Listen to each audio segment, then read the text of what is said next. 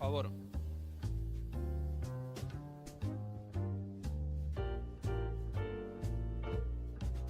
Por favor, vayan tomando asiento. El evento va a comenzar en breves momentos.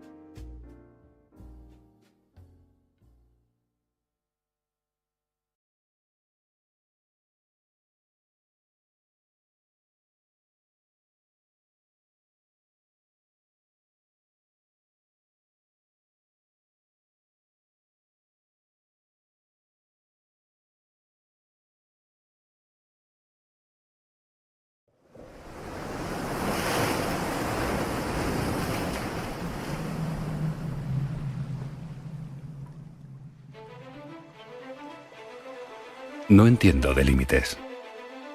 No tengo fronteras. Soy movimiento, corriente y fuerza, el lugar donde todo desemboca. Recuerdo los primeros pueblos costeros y sus valientes navegantes, emprendiendo su viaje sin mapa, pidiendo que el camino fuera largo, lleno de aventuras, lleno de experiencias. Esa energía sigue viva aquí, conectando el talento, abrazando la innovación y entrelazando alianzas, convirtiéndome en algo más grande, convirtiéndome en un mar de emprendimiento. Hoy sois vosotros, los nuevos navegantes, quienes hacéis posible lo imposible. Pero toda travesía necesita un puerto desde el que zarpar. Un lugar donde preparar el viaje, fijar el rumbo y tomar el impulso hacia nuevas rutas del ecosistema emprendedor. Bienvenidos a BBVA Spark Summit 2025, el puerto desde el que iniciar nuestra travesía juntos.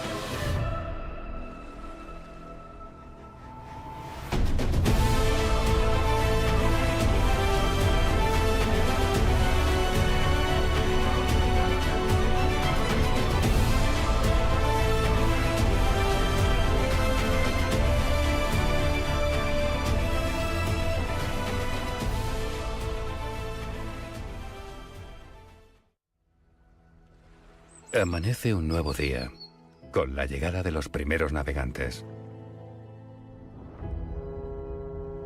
BBVA Spark Summit cobra vida con vuestro sueño de alcanzar el horizonte. Corred, pues. El viento sopla con fuerza. Reunid a vuestros tripulantes y levad anclas. Vuestro destino os espera.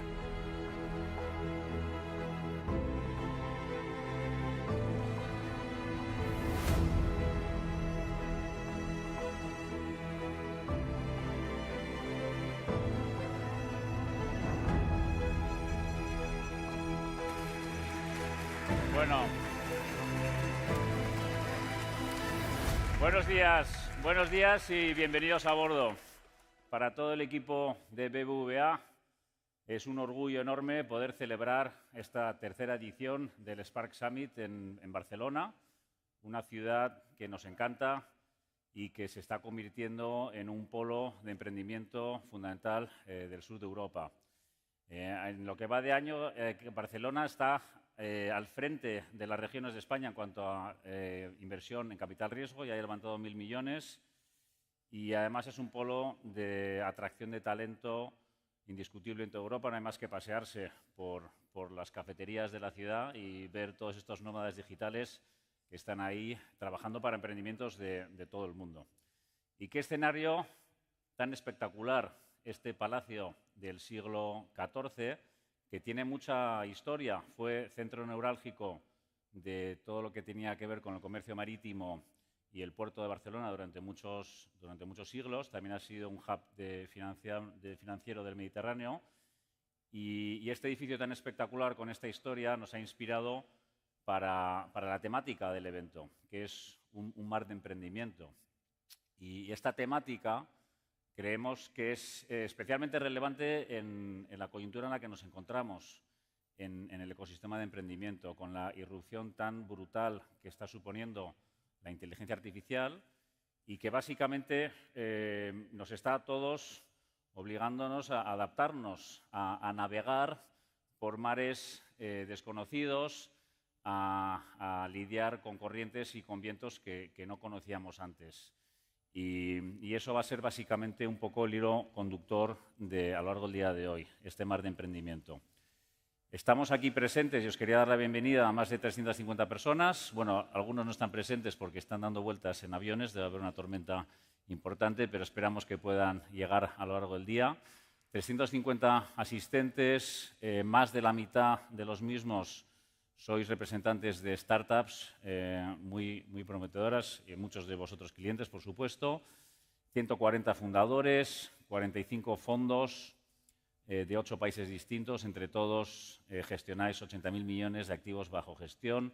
Así que, por favor, hacedme el favor de bajaros la app, conectar, veros entre vosotros, poder acudir a cualquier persona de BBVA Spark si queréis hacer alguna conexión, pero para nosotros el mayor éxito de la jornada, sin duda, sería que de aquí salgan rondas de financiación. Como sabéis, Spark lleva, bueno, antes de Spark, el BBVA lleva apoyando la innovación desde hace muchísimos años. Empezamos, de hecho, en el año 2011 en Silicon Valley, por aquí estaba Jay, con el lanzamiento de BBVA Ventures, que ahora es Propel Ventures. Jay va a conducir un panel luego.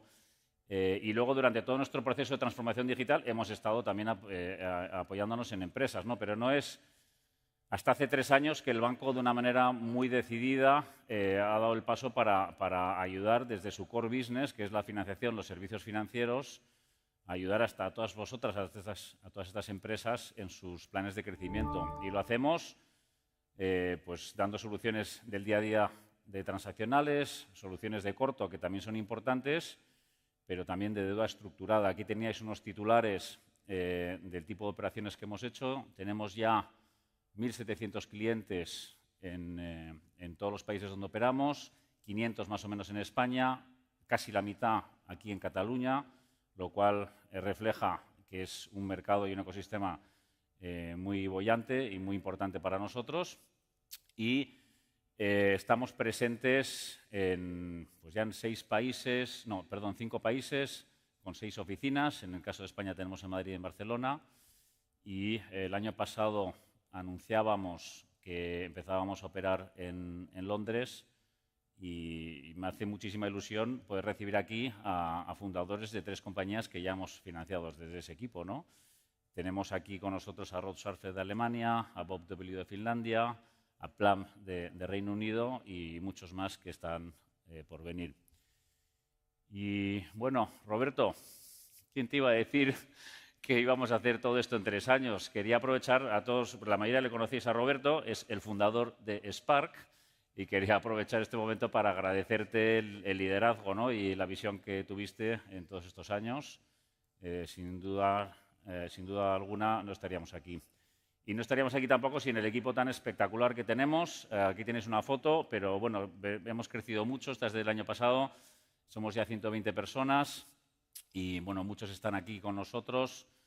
están a vuestra disposición. Es un equipo muy motivado, es un equipo muy empático que siempre busca el cómo sí con los clientes dentro de una mínima razonabilidad, pero que estamos aquí para atenderos y para ayudaros en la medida de lo posible. Y con esto termino la introducción. Yo creo que es momento de levar anclas, soltar amarras y empezar la jornada. Voy a dar paso a Miguel Ángel, el responsable de BBVA Spark en España, que va a dirigir el primer panel. Miguel Ángel, por favor.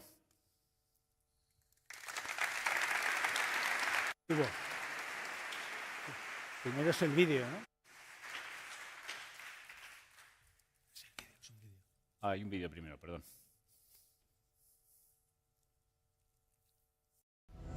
El día a día confunde y hace que el horizonte parezca lejano. Las olas crecen y se agitan en mi superficie, ocultando lo que está delante. Pero todo cambia cuando elevas la mirada. Se revela lo que estaba escondido. Ten siempre el destino en tu mente, mas no apresures nunca el viaje. Mejor que sea largo y lo disfrutes. Aprovecha las oportunidades que ofrecen los puertos nunca vistos antes.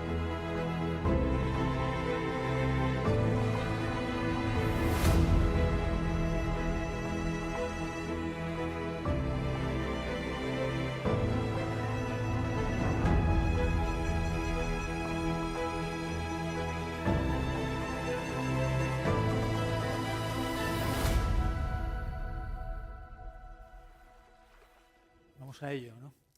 Buenos días, gracias por acompañarnos. El vídeo este mola, muy chill. A mí me ha molado más la música épica de Muguruza. Yo quería haber entrado con ese vídeo. Oye, pues vamos a empezar con este primer panel. Está previsto que hablemos de crecimiento, de escalar.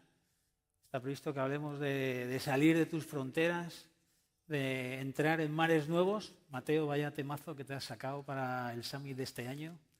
Viva la épica. Entonces, vamos a hablar de crecimiento y de escalar de la mano de tres compañías que están construyendo cosas únicas, que están marcando la diferencia en sus respectivos verticales y con los que creo que vamos a tener una conversación muy inspiradora. Entonces, dejadme que invite a que nos acompañe aquí en el escenario Sandra, cofundadora y CEO de Twinco Capital, David, cofundador y CEO de Maisa, y Víctor, Chief Sales Officer de Multiverse Computing.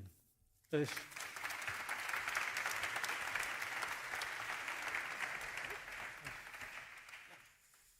fantástico. Esto de momento lo hemos hecho bien, nos hemos sentado donde tocaba, ¿no? Estamos alineados, ¿no? Venga. Oye, vamos a hablar de lo que queráis. O sea, las preguntas es lo de menos. O sea, aquí vuestras cabezas son las que tienen las ideas potentes. Entonces, las preguntas son la excusa para que llevemos la conversación donde queráis. Yo, si os parece, hago una muy breve intro de vuestros proyectos para que todos tengamos contexto y sobre esa breve intro añadís, hacéis matices. Os haré una primera pregunta concreta a cada uno y luego ya nos ponemos a hablar de crecimiento, escalar, etcétera, ¿no? Voy a empezar contigo, David, si no tienes inconveniente. No. Es que el caso de Maisa a mí me explota un poco la cabeza. Entonces explico el porqué. Esta es una empresa que se constituye en 2024, o sea que no sé si llegamos a un año de vida. Año y medio, sí. Año y medio de vida. Y ya está dando la vuelta por el mundo trabajando con bancos internacionales de Europa, Estados Unidos, con casos de uso probados que funcionan y ya generando revenues. Es verdad que esto tiene una trastienda, ¿no? O sea, vienen de tener mucha experiencia en esto, ya habían tocado varias teclas que funcionaban y ahora lo que están haciendo es desplegarse. ¿Os habéis especializado en desarrollar agentes de IA ahora en banca? Con una idea muy clara, ¿no? O sea, sabéis que la banca tiene procesos complejísimos, muy ineficientes y lo que estáis haciendo de saque es ir a eficientar eso y mejorar eso. O sea, nos vais a vender la promesa de solucionar el legacy que tienen los bancos con el tema de los procesos, ¿no? ¿Cómo fue, o sea, cuál fue la tecla que tocasteis? Y si nos puedes dar algún ejemplo en el que veis que esto empieza a funcionar y la IA puede empezar a resolver cosas muy complejas. Realmente la tecla fue que nosotros no empezamos como lo típico que te dicen de una startup de busca un problema a nivel de negocio y busca un caso de uso. Nosotros éramos empezamos como dos frikis que nos gustaba mucho la IA y aunque se creó en 2024, pues llevábamos metidos en esto un montón de años. Y teníamos la sensación de que no se enfocaba la IA de la forma adecuada. La gente no entendía que no te podías fiar de los resultados ni te vas a poder fiar. Entonces veíamos que cuando esto escale en velocidad y la IA te esquiva un Quijote por segundo, que pasará en cuestión de 3 o 4 años, ¿cómo vas a saber que ha hecho bien la tarea? No puedes. Entonces decidimos apuntar a una dirección súper opuesta y estuvimos un año, todo 2024, con una tecnología tras estar un montón de meses investigando, viendo qué hacíamos con ello. O sea, tenemos un motor súper potente y qué hacemos con ello. Y tras estar un año hablando solo con clientes y viendo qué era lo que necesitaban, nos dimos cuenta que había un valor enorme en hacer que la IA fuera trazable y determinista a la hora de ejecutar procesos y decidimos apostar en esa dirección con un producto y el punto de inflexión fue cuando las primeras reuniones me decían, ¿pero esto para qué vale? Hasta que me empezaron a preguntar cuánto vale. Entonces dije, aquí hay, aquí hay que rascar. Y desde ahí hemos empezado a crecer y en banca encontramos un súper nicho, que no es un nicho, es un land and expand. Hay muchísimos procesos, muchísimas partes dentro del banco y vimos que era suficientemente grande y potente como para poner nuestro foco ahí. ¿Y un caso de uso concreto que puedas compartir? Desde Trade Finance, Document Review, hasta caso de uso de auto loans, donde había muchos humanos haciendo revisión documental para hacer aceptación de un crédito en coche, en el caso de consumer, y a día de hoy hablamos de 40.000 horas al año de humanos, y tardaban 40.000 horas, has dicho. Sí, y tardaban una semana en dar respuesta, casi, por todo lo que había que hacer, y porque había cola. Y han sido capaces de, ahora tardan 7 minutos en hacerlo, y es automático, entero. Trade Finance luego se lo tienes que contar con detalle a Sandra, que le va a interesar. Sí. Oye, Sandra, vamos a hablar de Twinco, que también es un proyecto fascinante. Twinco es algo más veterano que Maisa. Comenzó la compañía en el 2016, ¿no? Creo recordar. ¿2000? 19, ok.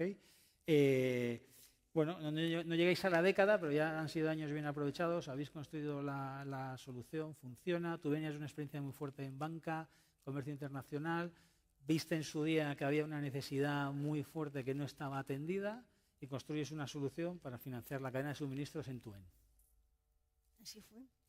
Y a día de hoy, trabajando con clientes en Estados Unidos, Europa, Asia, o sea, ya habéis dado la vuelta al mundo. Luego, al final de nuestro rato de charla, recuérdame que tengo que decir una cosa sobre la vuelta al mundo del Cano.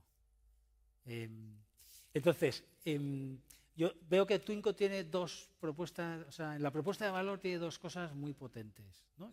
Y tú me matizas. Una es la posibilidad de eficientar muchísimo la cadena de suministros, ayuda a que no haya roturas, a que sea muy eficiente, a que funcione bien.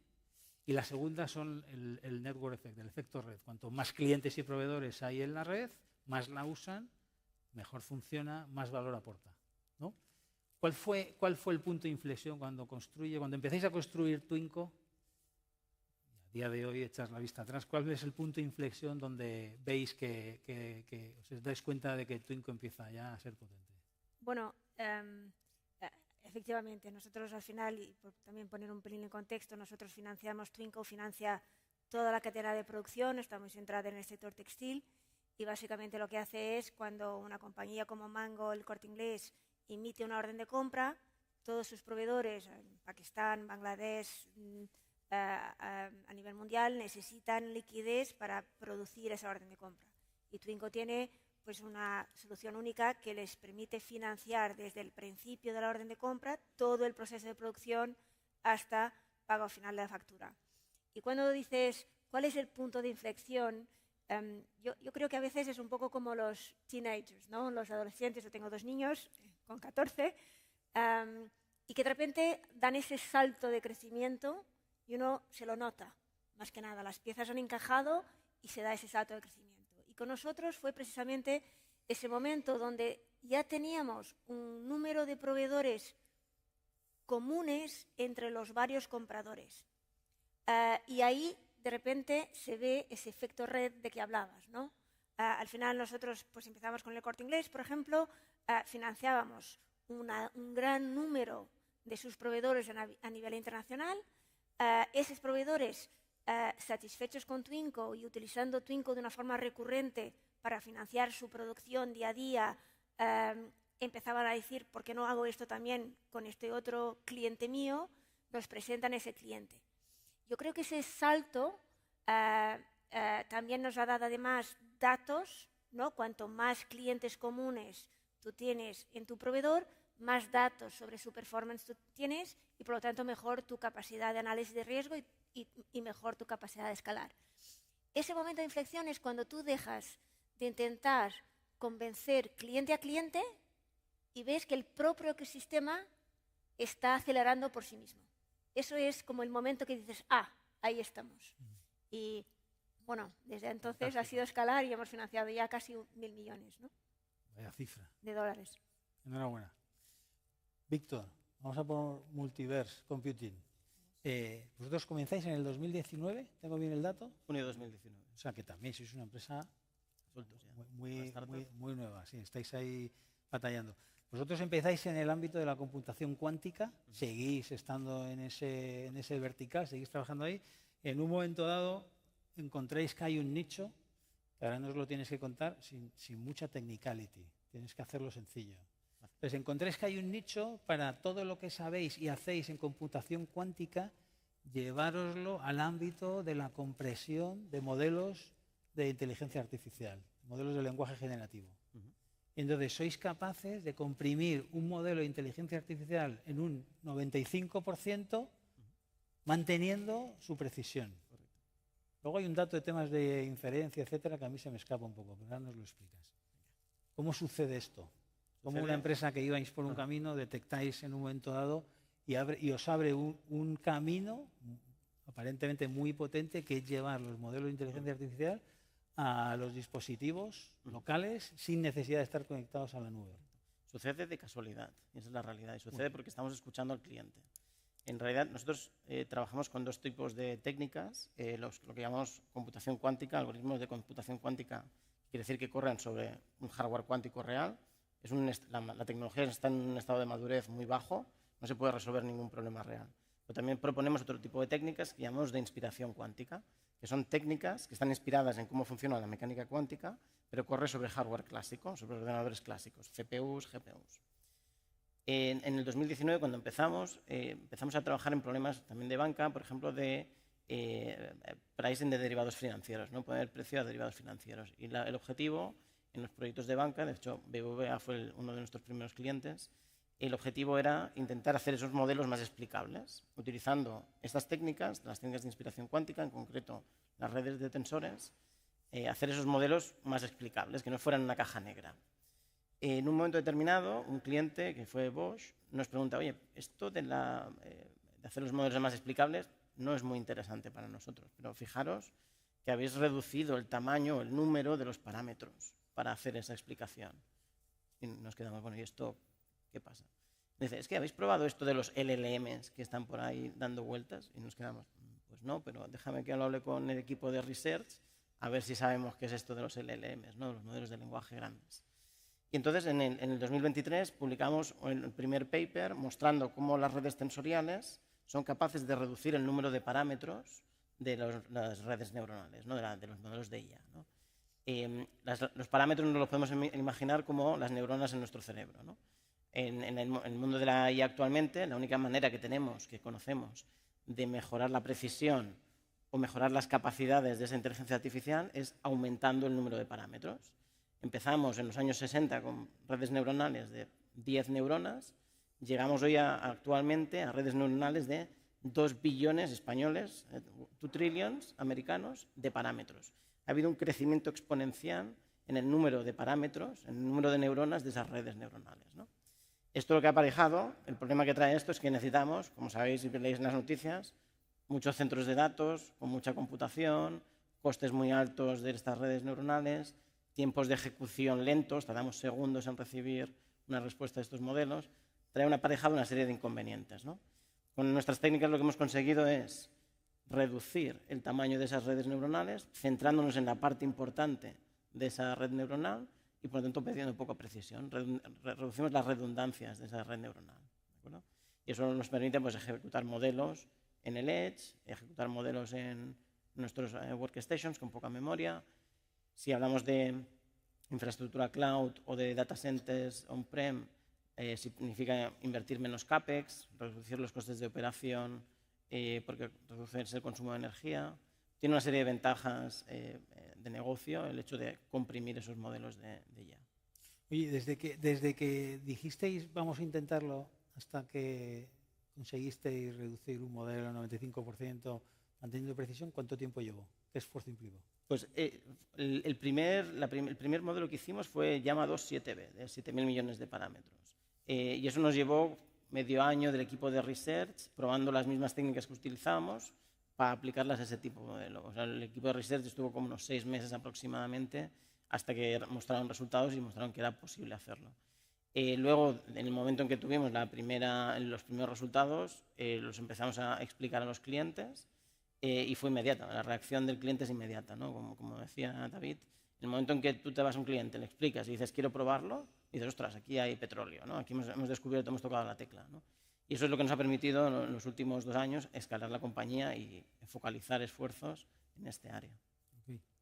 Oye, creo que ahí vamos a hablar ahora de cómo estáis escalando vuestros proyectos, ¿no? Yo creo que hay un denominador, o sea, sois empresas que os dedicáis a cosas verticales muy distintos. Sandra, ¿no? Nos decía antes, hacemos cosas muy distintas, pero creo que hay un denominador común en general, mucha tecnología, muchos datos, necesidad de mucho capital también y seguramente, incluso lo más importante, necesidad de un talento muy concreto, muy especializado y muy bueno. ¿Cómo estáis planteando cada uno de vosotros vuestras estrategias para seguir escalando, seguir creciendo? ¿En vuestros casos ya habéis llegado a un nivel en el que habéis validado casos de uso? En el caso de Twinco, incluso ya está escalando. Vosotros tenéis casos de uso probados que funcionan ya en producción y ahora entráis en la etapa de escalar. Y en el caso de Multiverse, tenéis el producto, os miráis a la cara y decís, eureka, esta tecla funciona y ahora tenéis que escalar. Entonces, ¿cómo estáis planteando el futuro cada uno? No, puedo empezar yo. Por favor.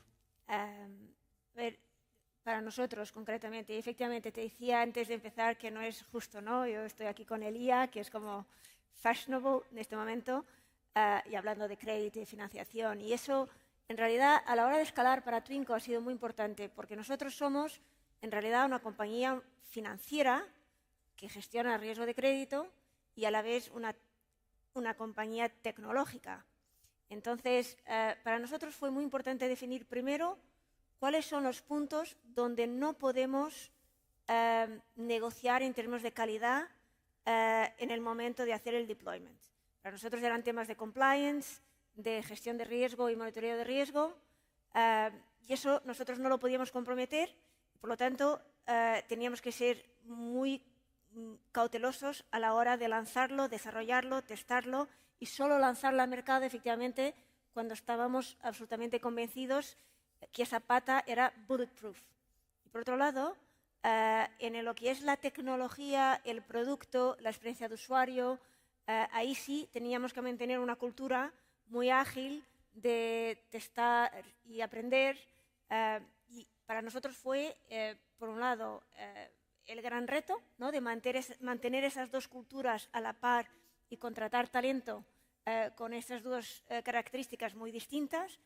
Por otro lado, fue lo que nos ha permitido escalar de una forma muy potente, porque al final el buen performance de nuestro crédito, de nuestro portafolio, digamos así, de financiación, nos ha mantenido una credibilidad y una capacidad de conseguir pues, inversores como BBVA Spark, y por otro lado, la agilidad desde un punto de vista de tecnología, en lo que nos ha permitido también ofrecer a clientes gigantes como el Corte Inglés o Mango o otro en Estados Unidos y en Francia, una experiencia de usuario única también.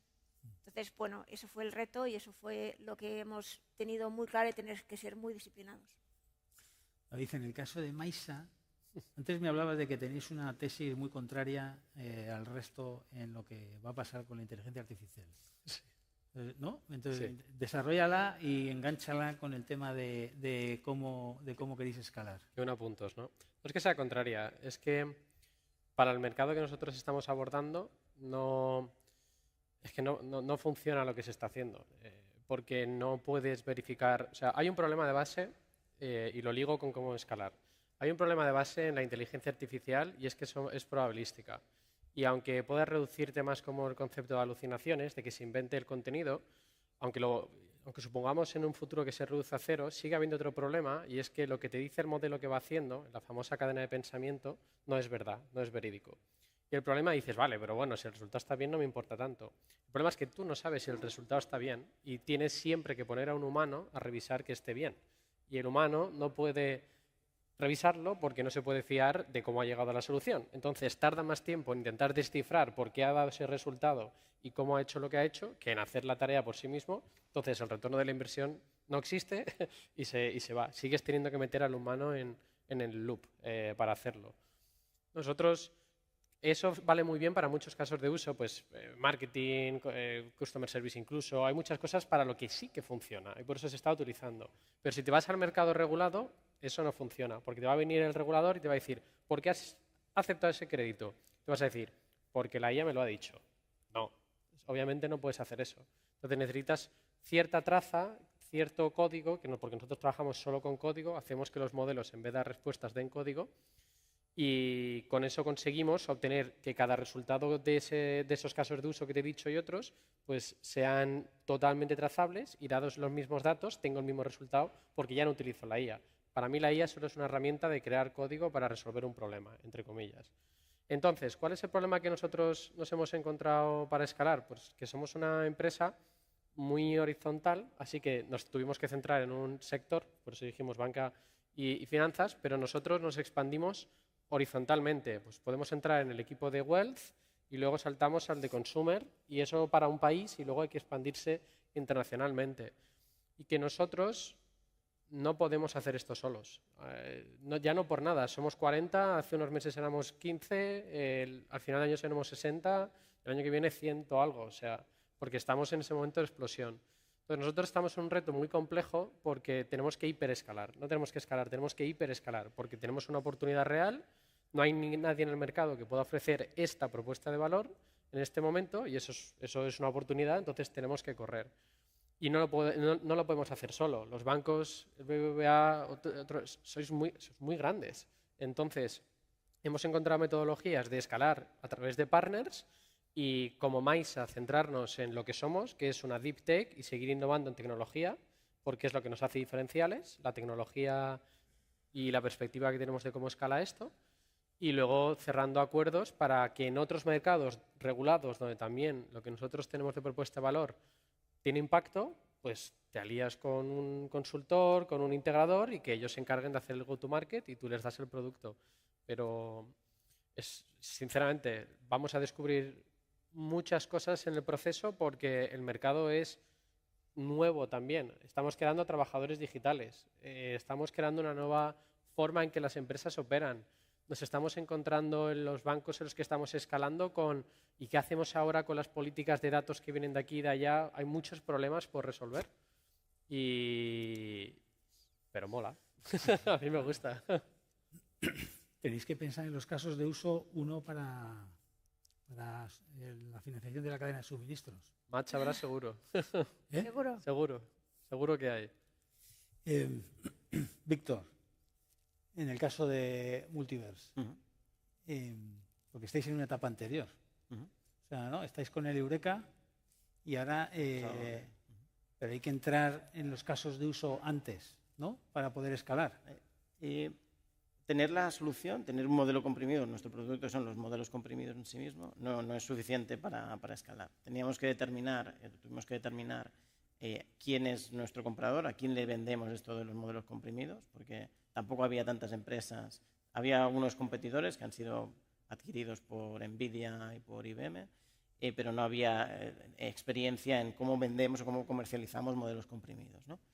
Entonces, lo primero que tenemos que entender es a quién nos tenemos que dirigir, quién es nuestro buyer persona, quién es la persona a que esto le puede interesar y cuáles son los mensajes que hay que lanzarles, ¿no? Pues fue la primera experimentación que tuvimos que hacer rápidamente y hablando con los diferentes, los que pensábamos eran nuestros posibles clientes, ¿no? Una vez hemos entendido a quién nos tenemos que dirigir y qué mensajes les tenemos que lanzar, principalmente los mensajes, pues menos cómputo, menos memoria, mejor experiencia de usuario, por tanto, menos latencia, mayor velocidad, mayor throughput. Este tipo de mensajes, una vez los tenemos identificados, es cómo los ponemos ahí fuera, ¿no? Entonces, hemos experimentado con varias opciones. Nos está funcionando Canal, grandes integradores de sistema. En Francia, Soprasteria, Deloitte, Accenture, los grandes integradores de sistemas, que tienen al cliente y proyectos de IA generativa o de IA en general con esos clientes. A través de fabricantes de chip, tenemos relación con NVIDIA, Intel y Qualcomm, que nos abren puertas a sus OEMs, a sus fabricantes, a los fabricantes de equipos. Nos hizo falta también para escalar capital. Cerramos una serie B de 180 millones de euros que nos permite contratar personal, que nos permite seguir desarrollando, comprimir modelos. Y bueno, ha sido un proceso y está siendo un proceso de continua iteración. Creemos que lo más importante para una startup es la velocidad, ser capaz de testear lo más rápido posible lo que funcione, lo dejas y lo que no, lo desechas. Y eso a todas las capas, no únicamente a capa de desarrollo, de probar nuevas técnicas de compresión de modelos o evolucionar esas técnicas, también en el equipo comercial, ¿no? Qué mensajes funcionan, cuáles no, a qué tipo de clientes vas y cuáles no, iterar rápido. Oye, hablamos un poco de producto. Tenemos tiempo, ¿no?, para un par de temas más. Bueno, si queréis, hablamos un poco de producto. Siempre hay trade-offs, ¿no?, en el mundo del producto. Desarrollo para el cliente o desarrollo para el producto, ¿no? Me centro en especialización o voy a crecimiento. Cada uno de vuestros casos, ¿dónde han estado esos trade-offs? Cuellos de botella que también podáis tener. Sí, hay un montón. Son los que tenemos que ir resolviendo. Realmente, a nivel de trade-off, es que ha sido más a nivel, te diría más a nivel de organización. O sea, si estás creciendo a esta velocidad, nosotros hemos tenido que crecer casi organizándonos como piña. O sea, no podíamos hacer procesos al inicio, te digo. Antes de llegar a tener el producto, no te hablo ya solo de producto. Te hablo de, el trade-off ha sido horas y fines de semana. Ha sido tu vida, o sea, personal, porque nos hemos metido todos y hemos hiperacelerado a lo que tenemos ahora. A nivel de producto, cuando hemos intentado hacerlo lo más generalista posible, entendiendo las dificultades que existen. Y los trade-offs se han encontrado más en que los bancos son sistemas tremendamente fragmentados, con muchísimas que cambian entre países y que lo que tiene que ver a nivel de infraestructura hemos tenido que rehacer. Al trabajar con ellos nos dábamos cuenta de que teníamos agujeros que hemos tenido que ir cubriendo, no de seguridad, agujeros de cómo hago que un trabajador digital, que lo comparto con todos vosotros para que nos haga una tarea, pero todos tienen permisos distintos sobre la misma herramienta. ¿Qué permisos tiene el trabajador digital? Porque la gente no quiere que impersone, por ejemplo, a mí mismo, no quiere que impersone a David, porque si no ya pierdo la trazabilidad de qué hace la IA y qué hacen los humanos. Entonces, nos ha tocado hacer el trade-off de crear un nuevo sistema de gestión de permisos, de políticas, casi orientado a banca y a finanzas. Que luego nos hemos dado cuenta que sirve para otras industrias, sí, pero yo te diría que para nosotros estuvimos un año invirtiendo en tecnología, seguimos invirtiendo en tecnología y el mayor trade-off ha sido el life-work balance, que ha sido empujar a muerte y seguimos haciendo eso. Pero a nosotros nos gusta. Víctor, ¿te animas tú?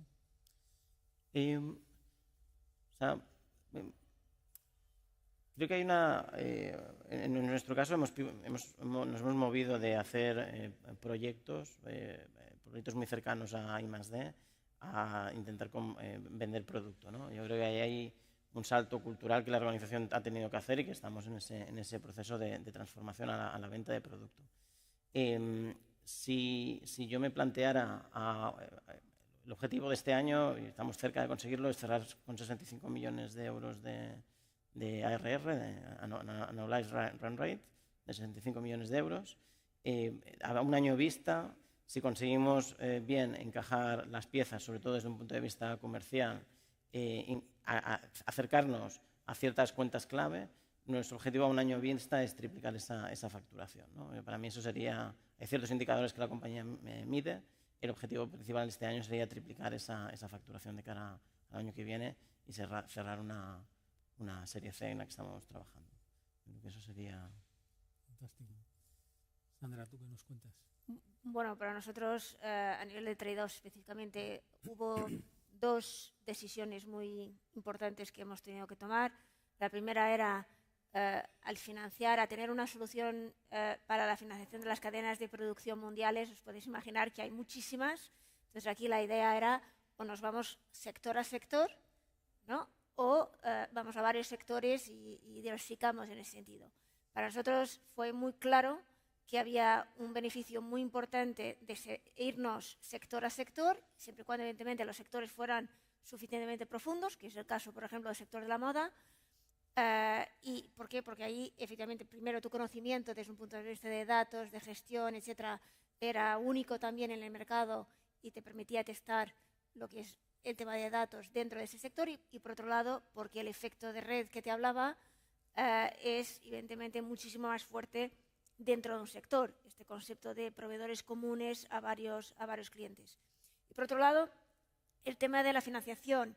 Al final, nosotros necesitamos, obviamente, financiación para poder hacer la financiación que estamos haciendo. Desde muy temprano hay la tentación de montar esa financiación de la manera como puedes, ¿no? Nosotros la hemos montado desde el primer momento de una forma muy profesional y hemos sido muy exigentes a la hora de, pues, seleccionar nuestros aliados, etcétera, incluyendo BBVA Spark, insisto. Pero eso, evidentemente, nos ha permitido después escalar con una seguridad muy distinta. Pero eso ha sido el trade-off y, evidentemente, al inicio hemos tenido que ser más exigentes y más valientes también a la hora de tomar esas decisiones. Muy bien. Voy a hacer una última pregunta, ya vamos a terminar, quedan unos ya pocos minutos. Mirando hacia adelante, próximos 12, 18 meses, me interesa de Víctor, de ti, David, un poco visión y hacia dónde creéis que va esto, dónde estamos en 18 meses. Y luego que me deis un tip también, Sandra, en los próximos 12 meses, qué tiene que suceder en vuestros proyectos para que cuando nos veamos aquí el año que viene, nos podáis decir, el 2026 fue un año espectacular. Entonces, te digo dónde veo la IA y también dónde nos veo nosotros. Es que donde veo la IA... o sea, hay mucho... Lo que yo creo que va a pasar con la IA, por lo que nosotros estamos viendo, es la gente no sabe lo que ya se puede hacer a día de hoy porque se han quedado en ChatGPT. Todo el mundo se ha quedado ahí, no pasan de ahí. Y no ven lo que ocurre cuando empiezas a unir las distintas piezas que se están acelerando al mismo tiempo, en muchas más disciplinas que el lenguaje, en visión, en audio, y cómo si vas uniendo las piezas se va generando un valor muy, muy grande. Yo creo que el año que viene vamos a ver el primer impacto real del tema de agentes, trabajadores digitales, va a empezar a tener, o sea, se va a ver reflejado en el mundo real, quiero decir, se van a empezar a ver noticias de empresas y de que va acelerando, pero es muy difícil de ayudar a la gente a visualizar lo que viene porque es exponencial. Y nosotros, acordaos, una buena forma de pensarlo es el COVID. En el COVID en marzo pasamos de 0 a 100.000 casos en cuestión de 4 días. Y todo el mundo como que, ¿qué hicimos? Pánico, todo el mundo para casa, ¿no? Todo el mundo cerrado. Pues yo creo que con la IA está pasando algo similar y no lo está viendo la gente. Y es que no está creciendo linealmente. Y hay mucho interés en la gente que te dice, no, esto no va a funcionar, no va a escalar, no va... Y no es el mensaje que yo transmito, es esto es real y lo que va a pasar es que va a haber un cambio está habiendo un cambio de paradigma enorme y lo que yo visualizo y donde también nos vemos nosotros, o sea, nosotros el año que viene consideremos que es un éxito si somos capaces de que ya lo estamos haciendo, de haber desplegado en los mayores bancos del mundo tantos trabajadores digitales como humanos tienen, es decir, convertirnos en el mayor empleador del mundo de trabajadores digitales. Ese es nuestro objetivo. Y empezamos obviamente en banca. pero el cambio es muy real y hay otros que tienen que ver, y perdona por el tiempo, No. Hay otros que son también sociológicos, o sea, y es algo que yo suelo hablar mucho y me voy, pero el tema de las redes sociales con los vídeos de IA, el tema de hiperpersonalización del contenido, de brain rot que se dice, la gente no entiende cómo nos va a freír, o sea, hay temas muy malos también o que hacen falta ser vistos, no todo es oro. Hay temas de contenido y de fraude y de demás que son muy serios y que yo creo que la gente no se está tomando en serio. Yo a mi familia se lo digo, ya no te puedes creer nada de lo que ves. No se puede, y que te diga que sí, miente. No te puedes ni creer de lo que ves ni de lo que escuchas. Y yo creo que eso va a tener un efecto sociológico. Entonces, ¿qué es eso? Una revolución. Literal. Y es lo que yo veo que en los próximos 3-4 años va a pasar. Y son muchas cosas.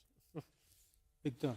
Yo me alegro de escuchar a David mucho, porque todos esos casos de uso que implementáis... Van para ti. Van para mí. O sea, todos estos casos de uso, esta explosión en modelos de IA que tienen que ejecutarse en algún sitio, significan un build-out, una construcción de data centers. No construimos igual de rápido que gente como David explora casos de uso, ni tenemos líneas eléctricas con la misma capacidad de distribuir energía, ni crear nuevas líneas de transmisión de energía para alimentar esos data centers. Entonces, ahí hay un primer, para nosotros, súper interesante, porque nuestro mensaje es más potente, si cabe, ¿no? Somos capaces de aprovechar más la infraestructura, el CAPEX que las empresas están invirtiendo, somos capaces mejor de explotarlo, reducimos consumos de energía, por lo tanto, menos necesidad de construir centrales. O sea, yo creo que en los próximos años, si todo sigue la curva en la que está teniendo, para nosotros va a ser unos años muy, muy, muy potentes. Tengo que decir solo de eso, perdona, es que es un punto que tiene razón con una cosa. Matemáticamente no hay suficiente energía para la demanda de ella que va a haber en los próximos 10 años. No hay. Entonces, por eso se espera que nos ayude a descubrir nuevas formas de... Sí, que lo hablen en el panel siguiente. Bueno, Sandra, ¿qué nos quieres decir? Yo estoy muy contenta con este tipo de proyectos porque nos ayuda a poner la infraestructura para que nosotros sigamos poniendo el capital, trabajando para mejorar lo que es la economía real, ¿no? Yo no te voy a hablar de lo que puede pasar el próximo año en el mundo del comercio internacional, de la globalización, porque podemos estar aquí otra hora. Desde el punto de vista de Twinco, la pregunta era ¿qué puede pasar para que esto sea un éxito si estamos aquí el próximo año? Bueno, Twinco será el año que viene una compañía rentable, que es un hito muy importante en lo que es el momento de escalabilidad, y estaremos consolidando nuestra expansión que hemos empezado este año en Estados Unidos y en el norte de Europa. Y bueno, pues en ese sentido seguiremos agregando talento también, estamos buscando talento, y que el mundo, del punto de vista del comercio internacional, evolucione. Es que si la inteligencia artificial no ayuda a la economía real, mal vamos. O sea que, oye, muchísimas gracias por vuestro tiempo. Yo iba a contar una batalla, pero no me va a dar tiempo. Entonces os la cuento en el café. Bueno, es que era una chorrada. Mira, es que hablando de la temática, Mateo, te quito un minuto. Con la temática esta del mar de emprendimiento, cuando yo estaba tomando notas, me venía a la cabeza lo que yo creo que es la gesta de la historia de la humanidad más grande que ha habido, ni la IA ni nada, que es cuando Magallanes y Elcano dan la vuelta al mundo. Empieza Magallanes y termina Elcano. Los portugueses. Exacto, los portugueses. Efectivamente. Entonces, creo que es la gesta más increíble que ha habido en la historia de la humanidad y me venía, tomaba notas y me venía a la cabeza. Entonces, cuando Elcano termina de dar la vuelta al mundo y llega al puerto de Sanlúcar en 1522, le escribe una carta a Carlos V, ¿no? Entonces, en esa carta le empieza a contar todas las penurias que habían pasado durante 3 años, que bueno, estuvieron a punto de morir, o sea, bueno, una travesía durísima. Entonces, en esa carta pues, le pedía pues, para los marineros que habían sobrevivido pues, unas stock options, unas phantom shares, algunas cosas un poco para remunerar el esfuerzo. Y entonces Elcano le termina diciendo a Carlos V en la carta: Majestad, además de haber llegado a las Molucas, que era el objetivo primero del viaje, las Islas de las Especias, hemos conseguido dar la vuelta a toda la redondez del mundo. Punto. Lo dejó ahí como diciendo, y ahora que venga otro y lo iguale, ¿no? Entonces, eso es lo que os deseo yo a vosotros que estáis aquí y a todos los emprendedores que están hoy con nosotros, que seáis capaces de dar la vuelta al mundo, que triunféis en vuestros proyectos y el año que viene nos juntemos otra vez para seguir hablando de esto. Muchas gracias.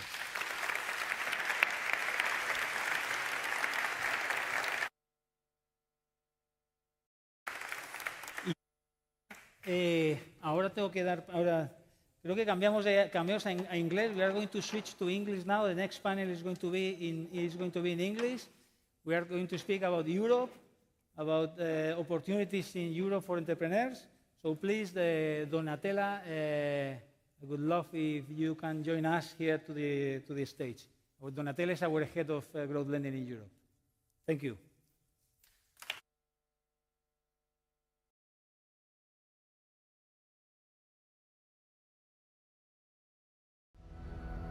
Amidst the mists, a rocky silhouette begins to emerge.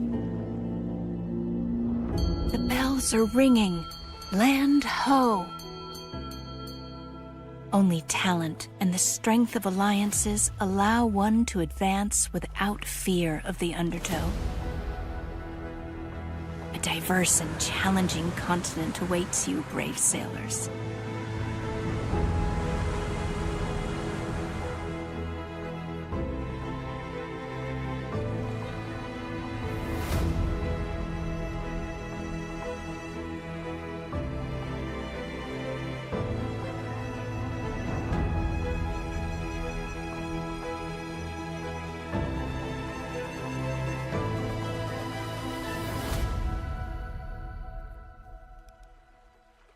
Buenos días a todos. I would like to introduce my wonderful panel. Let's start from Nico, co-founder and CEO of Bob W. Please come across. Then we have Christian Saller, general partner from HV Capital. Ciao, Christian. Guten Morgen. And then we have Markus, co-founder and CEO of Roadsurfer. Guten Morgen, too. And then Victor, co-founder and CEO of Plum. Ciao.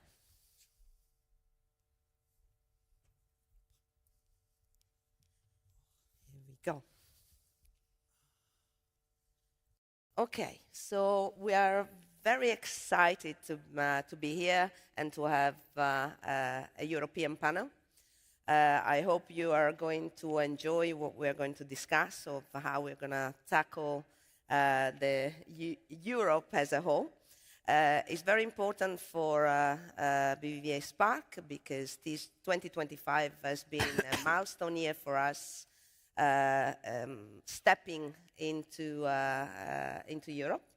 And I would like to start the discussion around all the various paradoxes that we have that we find on one hand fascinating, on the other hand provided problem for companies to scale in Europe. We have a world-class talent, but then we have several barriers that we encounter. So I would like to start by asking a question to Christian. It's always good to start with investor. So Christian, Europe is a diverse and complex that we know. It's rich of we have rich of talents and creativity, and also we have some data that tells us that we're talking about 8 trillion of GDP of the ecosystem. So what key factors must align for this projection to be realized? So basically, how can we attack that enormous ecosystem that we have? Yeah, first of all, thanks for having me here at this beautiful venue. Very nice. I mean, if we compare Europe to the US, of course, we have a lot of history, we have a lot of talent, we have a lot of science and so on. I think if you look at the economies, what we really lack is the companies that were founded over the last 10, 20, 50 years and that have really become global market leaders and big. And if you look at, for example, in the US, the top 10 companies by market cap, I think 8 of them were founded in the last 50 years. And if you look at the same in Europe, I think none of them, or maybe one of them, was founded in the last 50 years. So we have a really big gap, and this is a gap we need to close. And I think probably a lot of you are aware there was this Draghi report 1.5 years ago that discussed what Europe needs to do to become a leading region in innovation. And this Draghi report put a lot of emphasis on startups, scale-ups, innovation, technology, building the champions of the future. And unfortunately, what we've seen is that since then, not a lot has happened. So I think the main thing we need to sort of realize the potential that we have in Europe is to really have a clear commitment from everyone, but in particular, really the governments and the countries in making innovation and startups and scale up a top priority for the countries. And then there's, of course, a lot of sort of secondary things that we need to focus on, and we can talk about that later. But this 100% commitment that we should have, we are lacking at the moment, and I think this is the main priority. Thank you, Christian. So, in essence, it's not only capital that is the gap that divides us from the US, and we try to tackle this, and it would be really good to understand from a perspective of the founders how you guys, what do you think is a real advantage to start of starting here in Europe for a start, and what are the biggest barriers that we still face of building attractive businesses in Europe? You guys build businesses in different segments, so we are very lucky here to see the perspective from scale-ups now, you guys built from a prop tech perspective to mobility and to fintech, and it would be really good to understand from your point of view what would be, what are the barriers that you guys are still facing? It's capital we know, so it's the regulations, mindset, it's talent. What can you tell us? Shall we start from Victor? Yeah, hi. I'm Victor. Yeah, I'm a founder of Plum. We're the fintech on the panel. We help people automatically save and invest their money. But I think Europe is almost like it's a blessing and a curse in the sense like when you look at our experience, particularly, Europe is multiple markets. We started in the UK, and there was Brexit, but we still had to get regulated in Europe. But then every market, you need to figure out the local. Not necessarily local regulation, but there's a local payment method that you need to make the money flow easier in your app. There's a different kind of like KYC capability per country, or and you need a different method, a different document upload. And all of these things are like, it's the same product that you're trying to take everywhere, but you need to localize, right? So in some ways, we were discussing earlier, right? It's a benefit because when an American comes to enter, they have to figure all of this out. But it also means that in order for you to materialize this big market of 400,000 people, 400 million people across Europe, you need to figure out every market and every language and every payment method, KYC method, etc. per market. So that slows you down, right? So look, I think but it also builds the ability to understand and replicate how you go to different markets, which means if you want to go then to Asia or America or Latin America, hopefully you're better prepared than an American company that's always been there, right? But probably in your case is the legal fragmentation, so that you have in, the UK common law is like the US, so yeah, we are all happy. But then there are all other jurisdictions that, It's the jurisdictions and what happens. In fintech, I mean. Yeah, and what happens locally. Even the payment method, right? It's something you need to think about in every market, right? You have Ideal in Netherlands and different ways of moving money in. So it just creates more and more friction. And that's what kind of slows you down, right? You can't be like an American company, boom, I have 300 million people to market to, right? But I think you build a skill set in the process. Thank you, Victor. Markus, what is your perspective on these challenges that we are all facing? I think marketing first. So my company that I founded was Roadsurfer, is Roadsurfer. We're the largest camper van / auto travel company in the world, I would say. So even we have a big station in Barcelona. If someone wants to go camping, you can rent from here as well. So, and coming to your question, we own our vehicles. So we started off the business in 2017 purchasing vehicles for more than €1 million. So we needed capital right away. We needed debt right away because you cannot fund that with equity. But long story short, we started in Germany, and that's the beauty, at least in Europe. A German market is big enough to start a business and to grow it to a certain size. And then you get the idea, hey, there's Europe, and let's scale. And in our case, we need debt, we need to finance vehicles, we need to register vehicles, we need to have operations on the ground. So you go to the first, second country in Europe, and you find out there is no Europe. Everything is different. And it's all the regulations, but it's VATs, it's just whatever you want to do, you have to follow different rules. And then you find out there is European rules, which you can follow, but the locals do not even know their own laws. So you fight with local governments about how to set up a business. So we educate, and this is where we have the challenges in Europe, that each market has a big size. You can start it, you can grow, but if you want to grow above the borders, it feels like really going into a new country and just building it up again. And this is what we learned at the beginning, and then we went to the US. It is a bit different, it is a bit easier, but at the end in Europe, it is also easier to target the people. You have different kind of people that work differently. You can do much better and much more focused marketing. So I guess there's a lot of bad topics and complications, but also some positive things about Europe.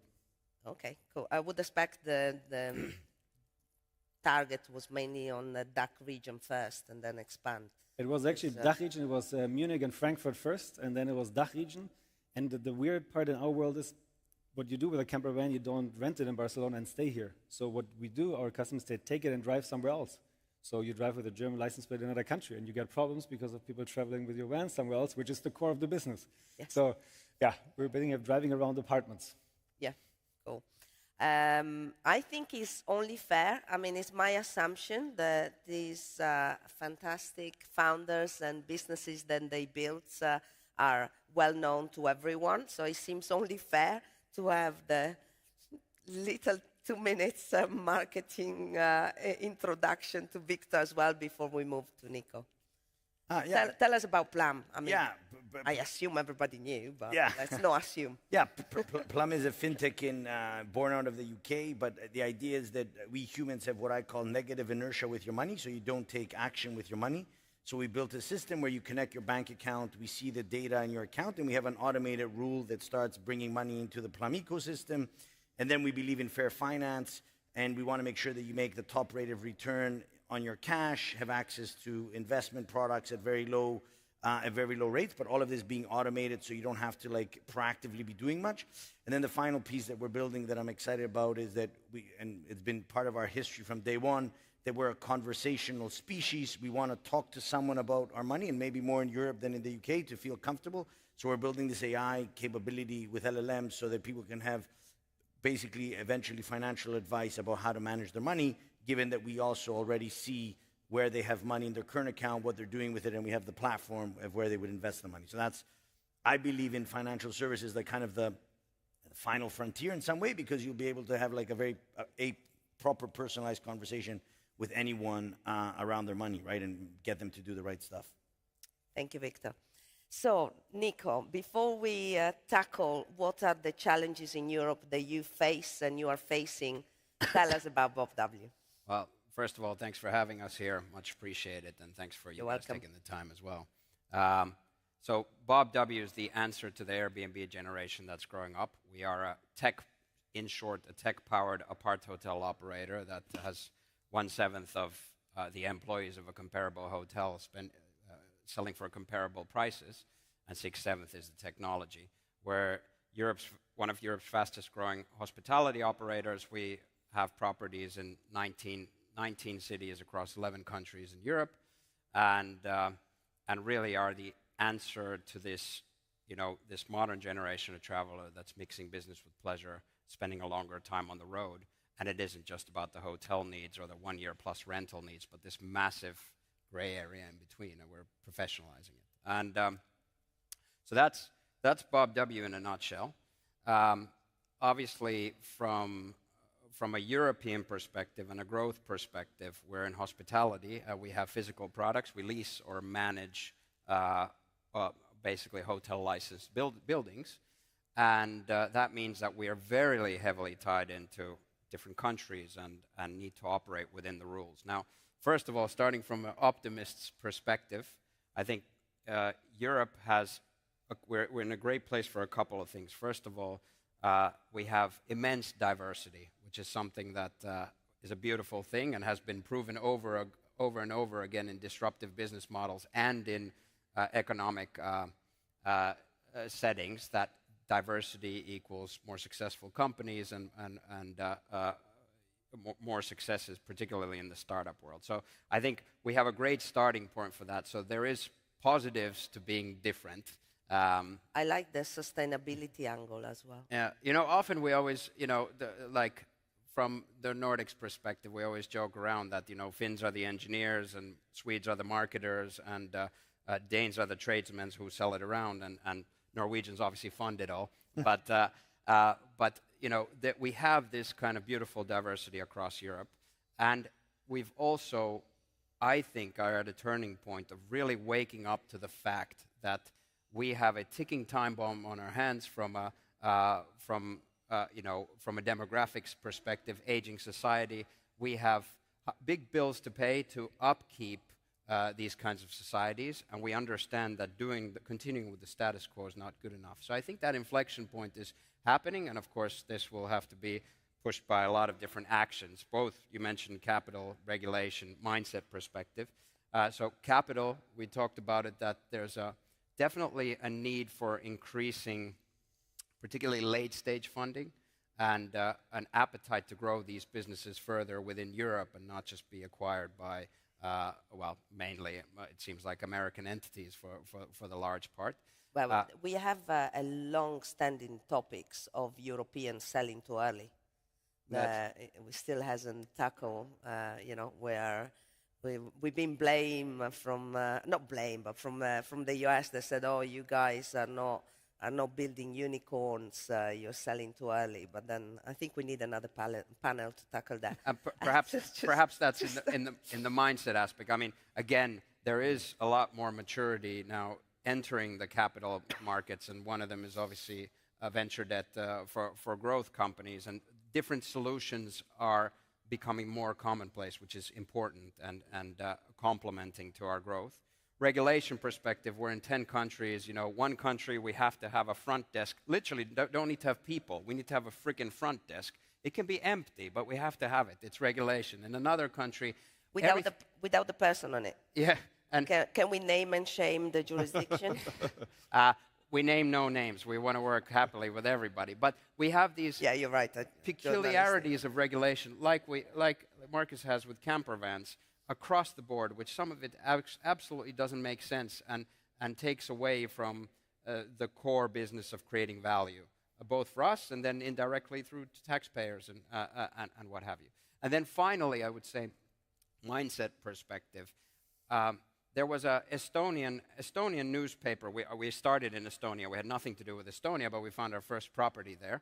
And a prominent journalist asked, what's the difference between mindset of Nordics and Estonians? And what came to my mind instantly is Estonians, which, by the way, came from the Soviet bloc, so they don't have that legacy thinking before. We said, we're actually very, very similar, but actually what you have is we as Nordics, and I would say more broadly in Europe, are focused more on the past and what we have, versus the Estonians are focused on the future, even though we share similar values. And I think that's the mindset difference that we need to shift in Europe is we need to focus on the opportunities that we can create. Status quo is not going to solve the demographic challenges and what have you. We got to try something new. But I think we're at a tipping point, and if we continue at it, we have an opportunity to change the European landscape. Thank you. Christian, you are such an important player in the European ecosystem. HV has been Capital has been supporting companies for a long time. You're one of the most senior GP. You are GP in HV Capital, so you have a full perspective of different cycle. So I've seen from the credit crunch to COVID and all of that. But leaving that aside, so how can Europe, in your opinion, in your experience, you guys invest in different segments? You have a full overview. How can Europe overcome the regulatory fragmentation without using the diversity that is a top point for us and a characteristic of the markets, and how local system can collaborate to make this happen and be more connected, more resilient, and so on? And tell us about HV as well, because obviously I want to hear it too. I mean, as you said, we are like a European technology investor, investing from seed to Series C, have around 3 billion under management, and invest in a broad range of sectors, everything from consumer internet to deep tech. About Europe and diversity, I mean, I agree with Victor that the diversity we have in Europe is a beautiful thing from a cultural perspective and from a human capital perspective. And I mean, I started this week in Munich and then was in London and now in Barcelona, and it's amazing to see the diversity that we have in within an hour of flight from one country to the other. I think from a business and regulatory perspective, there's no value in having diversity, and it just hinders our companies to develop their full potential. And again, I think there's a strong need for Europe to recognize the importance of being competitive, to be able to not fall behind on a global scale. And I mean, I realized that again yesterday. I was listening to an American VC podcast, and I mean, they talk about the US and they talk about China. They don't talk about Europe. Europe for them is sort of a continent where you go to have good food and to have a nice holiday, but not a place to do business. And that's something we have to change. And I think we as entrepreneurs and VCs have to work on that, and that includes everything from sort of having the big vision to really build big companies, thinking on a global scale, having the capital to support it. But again, it needs to also happen from a regulatory, political country perspective. So getting rid of all regulation that is local, that's just holding companies up instead of enabling them, tearing down borders between countries, losing this mindset. I mean, I talk a lot to politicians, in particular in Germany right now, and when they talk about the ecosystem, they always think about, okay, and what can I get out for Germany? Which is understandable, but it's not helpful. We should think as Europe and make Europe successful again, and get rid of everything that's not supportive in getting to this target. And the politicians, instead of listening, what they're doing, they try to tax GPs and carry, and so here we go.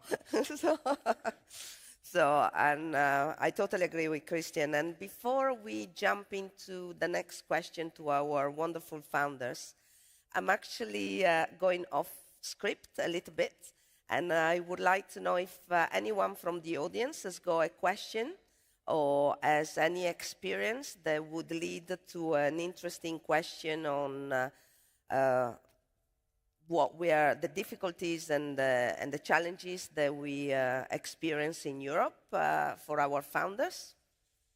See if I can see. We have one. Yes, I can see you. I can see your belly. Wait a second, we can hear. Because if I wait for question at the end, everybody's gonna get up to the sandwich and the drinks, so I'd rather do it now. Good to see you, Donatella. Ciao. Everyone on the panel. One question in particular to you, to Christian. I'm German. I'm living for a long time in Iberia. I like that I don't feel so much regulation over there. That was one of the reasons why I left Germany. Question to you, I also see a bigger and bigger gap happening between the US and what's happening in Europe. Also, if you have a look at the last 10 years, GDP in the US doubled, Europe stayed flat. When you have a look right now in everything that happens in AI and technology, there's this increasing gap. Do you see any chance that we can follow up and that we can close it and compete in the future with the US and with China? I think there is an opportunity partly because of what's happening in the US right now. I mean, we do have in the US a government that, on the one hand, is very focused and very supportive to the ecosystem, but on the other hand, makes it for international people a bit unpleasant to actually work and live in the US. And so I think we have a opportunity to bring back a lot of talent from the US and to attract more talent to Europe that would have gone to the US couple of years ago. But for this, we also have to create the right work environment. So I think, like, if I talk to Europeans living in the US, for example, they all like sort of the social cohesion, the focus on sustainability, the quality of living that we have in Europe. But they're all concerned about the regulation and the red tape. And so if we are able to change the one side that's sort of holding us up right now without changing the other side, I think there is an opportunity. Another opportunity I see in sort of the more deep tech area. So there's a lot of actually really good innovation coming out of European universities. And again, it's a field where there will probably be like a brain move from the US to Europe with everything that's going on at US universities right now.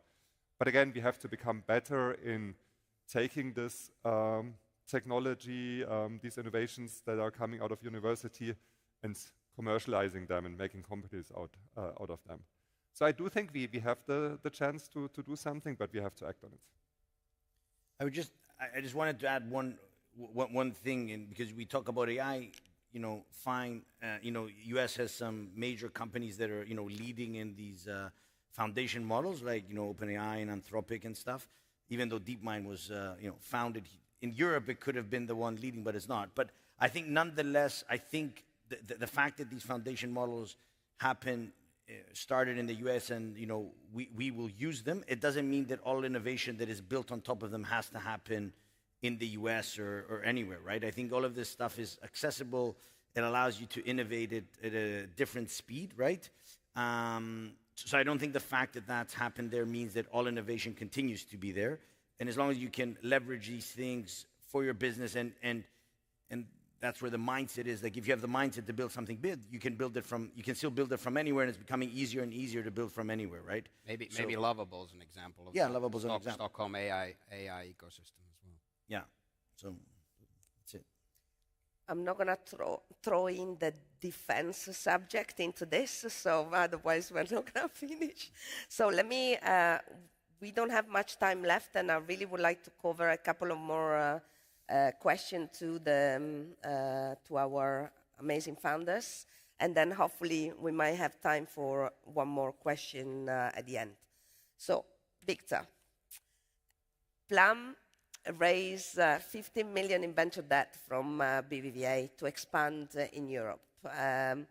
You choose venture debt instead of more equity. I know why. But do you see this as a sign of a more mature European ecosystem where founders can scale without getting diluted too much? Is the asset class more well-known because there are more players in a market, good players, because it takes, as we know, forever to build a reputation, a moment to destroy it. So what is your view on that? Yeah, I mean, look, we were very happy to be having venture debt from BBVA and partnering with them. Look, I think definitely the ecosystem has evolved, and when you reach a certain, scale and profitability, it makes more sense to take venture debt and avoid dilution, extend your runway, and be able to do more before you decide how to proceed on the financing. But I think, from my perspective, I've been building Plum for 8 years. I definitely feel that from when I raised my first round, like 1 million pre-money, and now people are raising seed rounds at 10, 20, etc. The ecosystem's evolved dramatically, right? And I think it's also a global ecosystem. I don't think it's close to like US players either, right? I think they all have presence here, and the venture debt is a key part of the whole ecosystem. So I think the ecosystem, there could always be more, but I think it's a lot easier to find capital in this ecosystem from when we started, for sure. Thank you, Victor. And obviously, you chose the best. We know yes. that. Okay. So, Markus, don't make me laugh. I'm going to start coughing. Roadsurfer operates in 20 European countries, as you mentioned before, with a fleet of over 10,000 camper vans. And how scaling a capital-intensive business like yours across Europe is not easy. It requires a lot of discipline, thoughts, good partners to help you do that. And what was the hardest market to enter? And what did it teach you about doing business in Europe overall? The hardest market to enter from, let's say, legal perspective and also from operations was Portugal, just because they do not comply with any laws that we have in Europe, and they just do their own worlds. But I was just thinking about how we opened Spain. I think the toughest topic for us to open Spain was opening a bank account. Mm-hmm. Everything was in place, but the bank account, I had to fly here twice, and it didn't even work at the end. And so this is almost in every single European country. Bank account is the complicated thing, most complicated thing in founding something and getting up to speed. In the US, it took, I think, 2 hours to found the company itself. So that's a totally different world. But besides Portugal, and we have roughly 500 million of financing. That's what the camper van fleet is worth and what needs to be financed. We started with debt, straightforward debt. Now we have large debt facilities. We have asset-backed structures that go globally. We have mezzanine financing. And then at one point you think about, okay, what kind of LLAs you need maybe for the operational side of things. And then, venture debt was on the table. But to be fair, like 3 years ago, we looked at it at first, and it felt like a bit more crazy kind of financing with a lot of cowboys out there, but not really too professionalized, at least what it felt. You talk to people and they feel like, are those the right partners? So anyways, long story short, I guess at least I do not know too many, let's say, banks or let's say large institutional investors that do venture debt. So this is a reason it is a good instrument for financing if you're at the profitability sector, but you need to have serious partners. And there is not too many, at least in Europe. The American market, I do not know. So that was the choice for us to add that to our, let's say, capital structure, because it is quite complex and complicated, but it is definitely what made a lot of sense, yeah. Well, it takes time and work to learn the businesses. Not a lot of providers do that.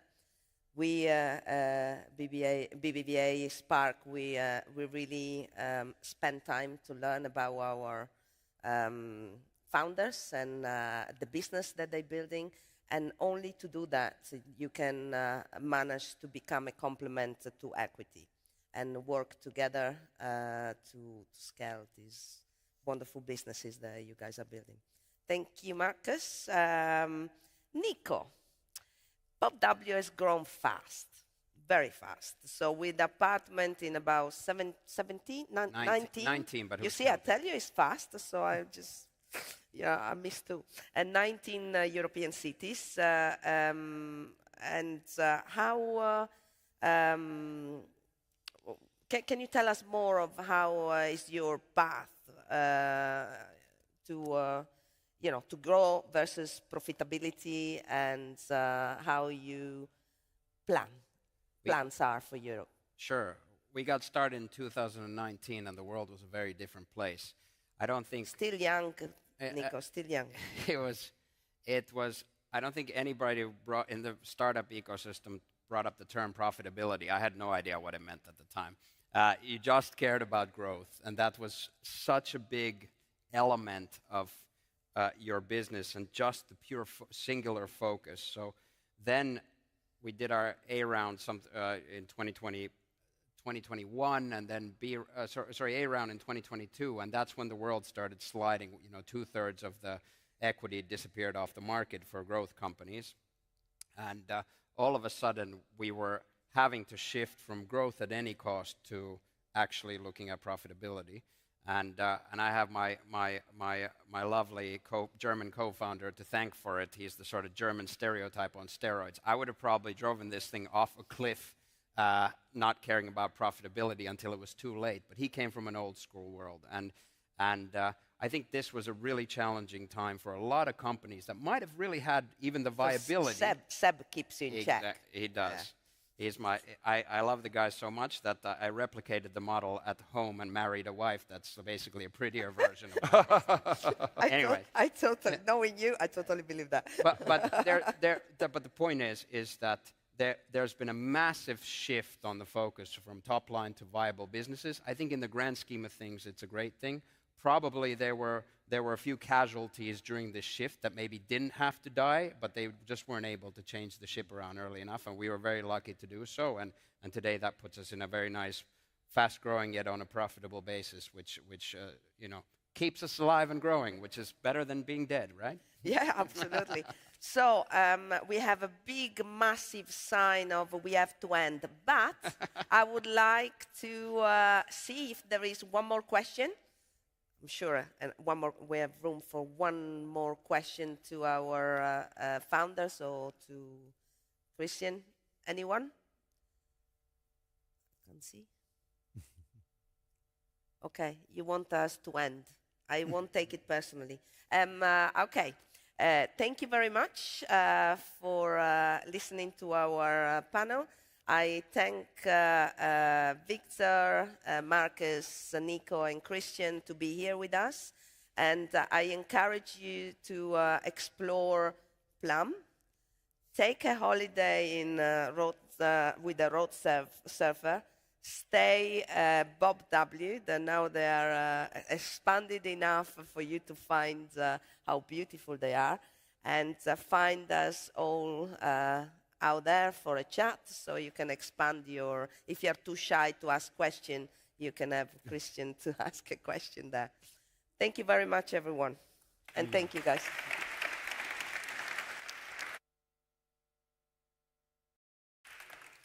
So, yeah, please. I think I nearly forgot to introduce the next panel. I would like to introduce a panel that talk about what would you take to the desert island, which is very interesting, and it's about navigating uncertainty while leading with confidence. The moderator is my colleague Lucia Hoyman, the head of business development at BBVA Spark Spain. A storm is brewing. No voyage ever sails with the wind always at its back. At times, the tides will carry you to deserted islands that will test your resolve. Yet there, you discover that the trust of your crew, the wisdom gained through experience, and the strength of your passion are the true treasures that keep you alive in the darkest hours.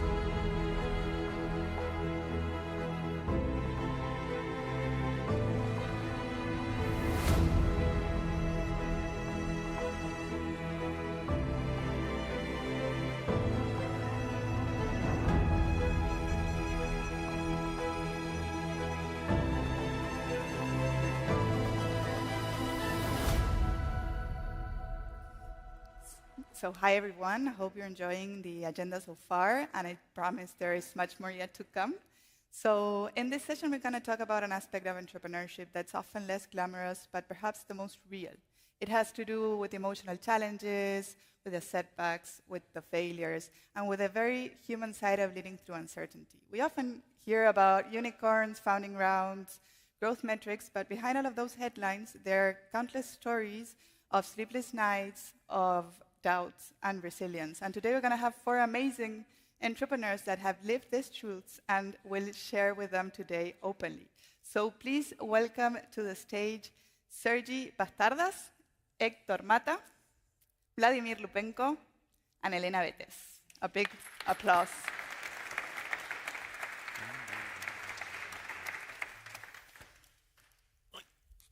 Great, amazing. Thank you all for being here. I think we have amazing serial entrepreneurs in this round table. So to start, let's rewind a little. If you could please share, like in a one-liner, the ventures that you funded before your current company, and in a nutshell, what are you building right now, so we all get to know you a little bit better. Sergi, if you want. Go first. Well, hey everyone, nice to meet you, and thanks for having us. Pleasure. I'm Sergi. Well, I started my career at Amazon. Basically, I was lucky to join Amazon when it was starting in Spain. We were 40, grew to 1,500, and I saw that what I liked was the building stage. So in 2017, when I was 24, I launched Colvin, which is basically disrupting the floricultural supply chain, and left after 6 years of leading the company, which I will explain a bit more later. And now I'm building Orbio, which is an AI-first HR system. We just raised 7.5 million. We communicated it last month, and we've been growing quite fast for the last 5 months. Amazing. Thank you. Héctor? Yeah, in my case, I started building things since I was 16 years old, or something like that, from Cuenca. But before Shakers, I founded and lent to vendors. The first one, a crazy story between my 18 years old and 20 years old. We founded an online travel agency, and we scaled from 3 founders up to 65 members in 1 year, and then we crashed the company. But with the technology that we created, I founded my second company. I spent there between my 20 to 27 years old, from 3 founders again to over 160 teammates, more than 25 million euros in revenues, and then Barceló Viajes bought us. So I spent 2 years integrating Viajaway into Barceló. And since 2021, surfing with the future of work at Shakers. Great, super. Vlad? I started my career as a consultant. In a couple of years, I decided to become an entrepreneur and continue my consultant practice. So it was my first business. By the time I didn't know what it is startup, just business, because it was cash flow positive from first month. And at a later stage, I co-founded a marketplace for second-hand cars.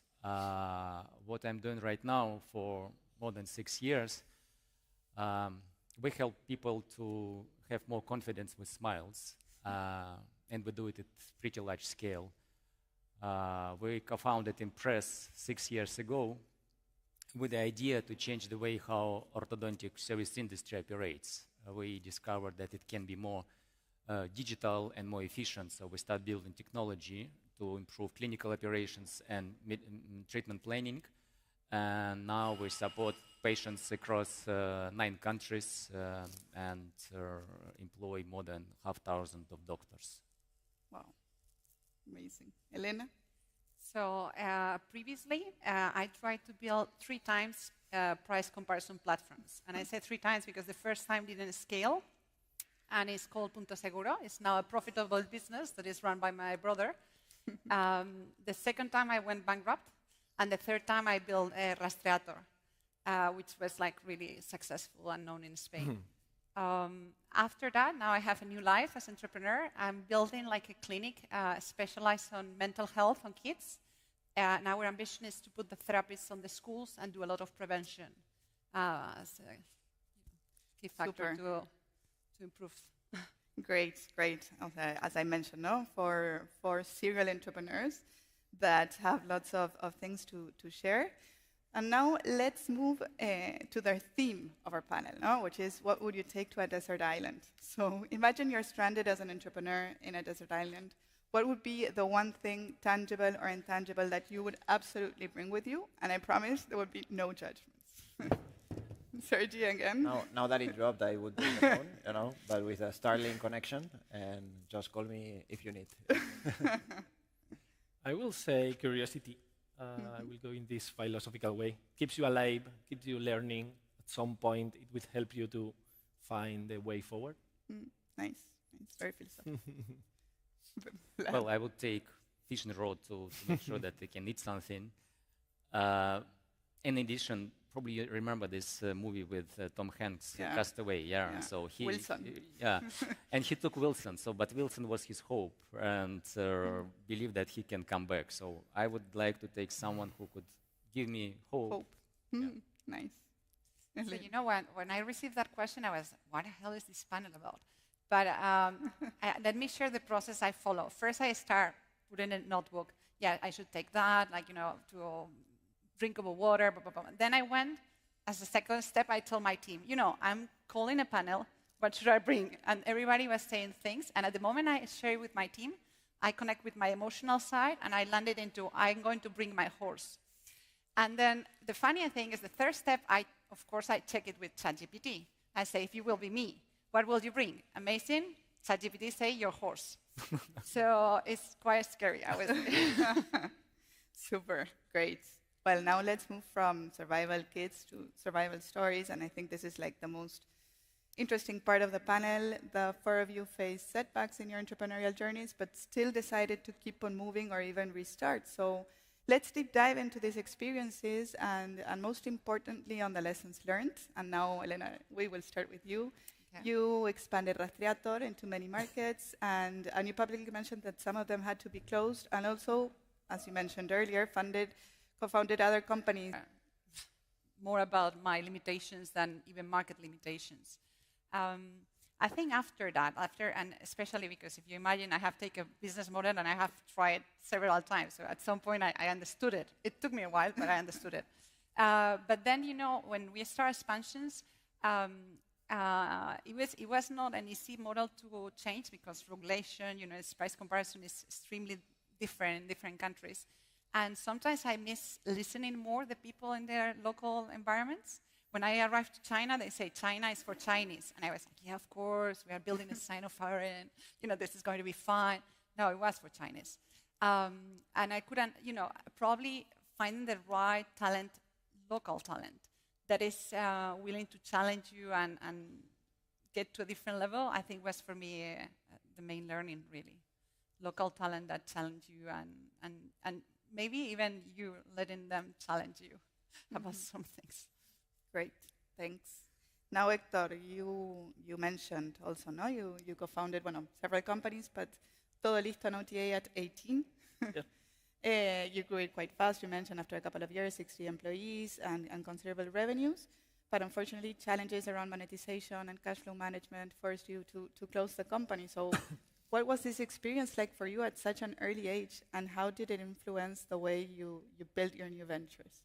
Yeah, you know, starting a company at 18 years old, it's crazy. Zero experience, my teammates were my close friends, and I spent all my energy into building product and traction, and not too much energy in cash flows, take rates, and all this kind of boring stuff. So I deeply understand a couple of things. For me, financial discipline, in terms of reporting, cash flow management, expense management, auditing your accounts. And the second one, and probably it sounds obvious, but it's not easy in a tech company, not confusing revenues with cash flow, because ARR is not the same as money in your bank. And at the end of the day, we all need to generate free cash flow from our companies. So, yeah. Great. So I keep that having financial discipline is quite important. And Sergi, you also mentioned left Amazon at 24 to start Colvin. Correct. It also scaled quite fast, more than at its peak, and please correct me, more than 300 employees, double-digit revenues, more than 70 million in funding. Correct. Great. I know my facts. And then when it was time to step down the company, but yet you decided to build again. So what happened? And how did or which experiences from Colvin shaped your new entrepreneurial path? Totally. I think like taking a step back, no, and going on, I think that's the first time I properly share what our story has been has been, no? And it's a deep story when you get from the company you've built into stepping down, no? But just starting where we started, like Covin ran for 6 years. I built it at 24. We raised more than $70 million. We got it in 6 markets, more than 350 employees, and we were growing 2 to 3x on a year-on-year basis since inception, no? So I think that that's what I take. But after I stepped down and I was reflecting back on the story, I think that all the companies have inflection points, right? And I think at this inflection point it's time to reflect as a founder, as a company, what is the path that you truly want to take. And I think both on the funding perspective, there was 2 paths. Path A is we continue growing the company. We continue believing that there's a truly category-defining business that can change the floricultural industry, which was my drive and why we built the company. Or there was another path, which is, hey, we don't believe that this will happen, and the company has to go to profit, no? And there's not a middle ground. If you go in the middle, you're not succeeding, right? So I think that there were several discussions there, and for me, Plan A was something I would go for. I felt excited. I would put all my energy into it. For Plan B, I didn't feel excited about it. I think I was not the best one to lead it. I was not excited. This is not what I left Amazon at 24, and I was building a career in the startup world. So I just think it's a hard decision that you have to take with yourself, no? And with also your co-founders and your investors, and say, hey, what's the best for the company, and where do we want to take it? So that's the decision we took. Of course, we took certain hard decisions also to restructure the company, to restructure the debt, so the company could continue operating as it's operating now and continue growing. And on myself, I took that opportunity to reflect back. No, I think that as founders, as people, as professionals, we tend to just, these decisions are taken by us more times than others, and I want to decide by myself. That's why I'm a founder. No, that's why I want to understand the problems I want to work on. I want to understand and work in something that is meaningful to me. No, so I take this year plus, best experience ever to get to know yourself also, what you really want, what brings you energy, what doesn't bring you energy. And yeah, I concluded that what I wanted is getting back to building again. That's what I enjoy, no? And I was traveling, and I remember I was traveling in paradise for some months, and I was in a room reading stuff, no? So I enjoy learning. I enjoy being able to understand new possibilities with technology, and I was lucky enough that I was leaving my previous company, and the AI application layer disruption was starting. No? So suddenly, a lot of problems that I have faced, a lot of problems that were passionate or interesting to me are solvable, right? So that, I think, this connection happened, and yeah, it felt naturally with a lot of ups and downs on, hey, I met a lot of teams, I tried a bunch of ideas that I didn't like, I got more clear on the founders that I wanted, the type of investors that I wanted. We launched 5 months ago, and yeah, we're doing quite well. So I think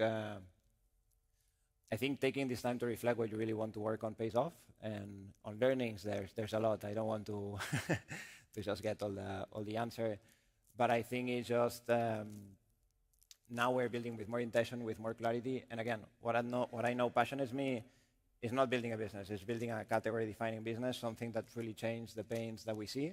And for us, in Orbio, HR is broken. HR is just a department that is at the bottom of the organization, full of administrative tasks, no clear data, and the resource to really deliver the impact that they need in the organization. And now with agents, we can really power them to actually create conversations at a very low cost. We can get data from conversations and process it, so we can understand data from one-on-ones, we can understand data from hiring, we can understand why people leave. So that's basically what we're building now, truly connected to pains I've faced before, that also my co-founders have faced as we both built companies before. And yeah, happy to jump into more details if someone wants to know.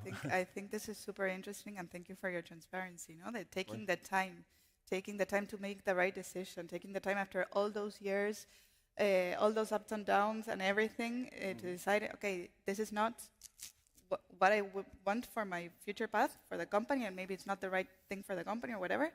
And I think that's very, very insightful. And thank you for sharing. Thank you.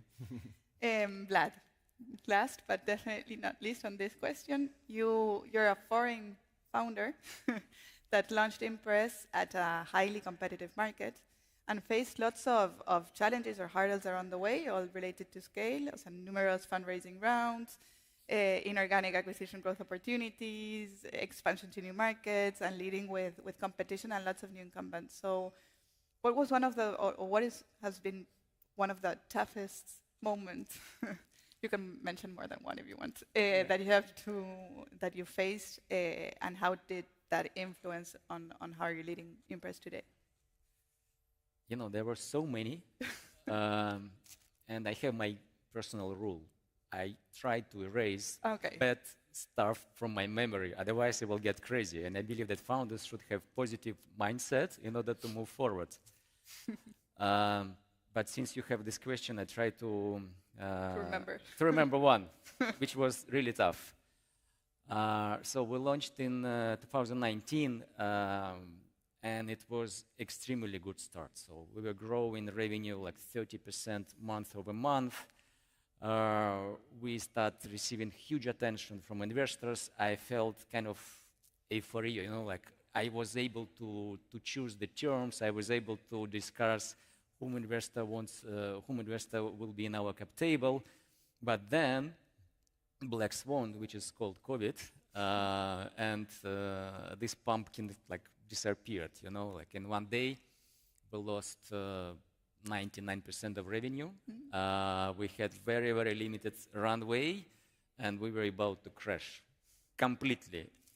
And I really said to myself, so we cannot shut down the business after successful launch, because fundamentally the business is here, so the business model is working. We just need somehow to survive.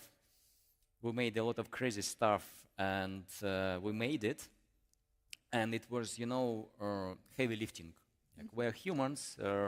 By the time 6 years ago, I was 6 years younger. So a lot of energy, but it was emergency mode, you know.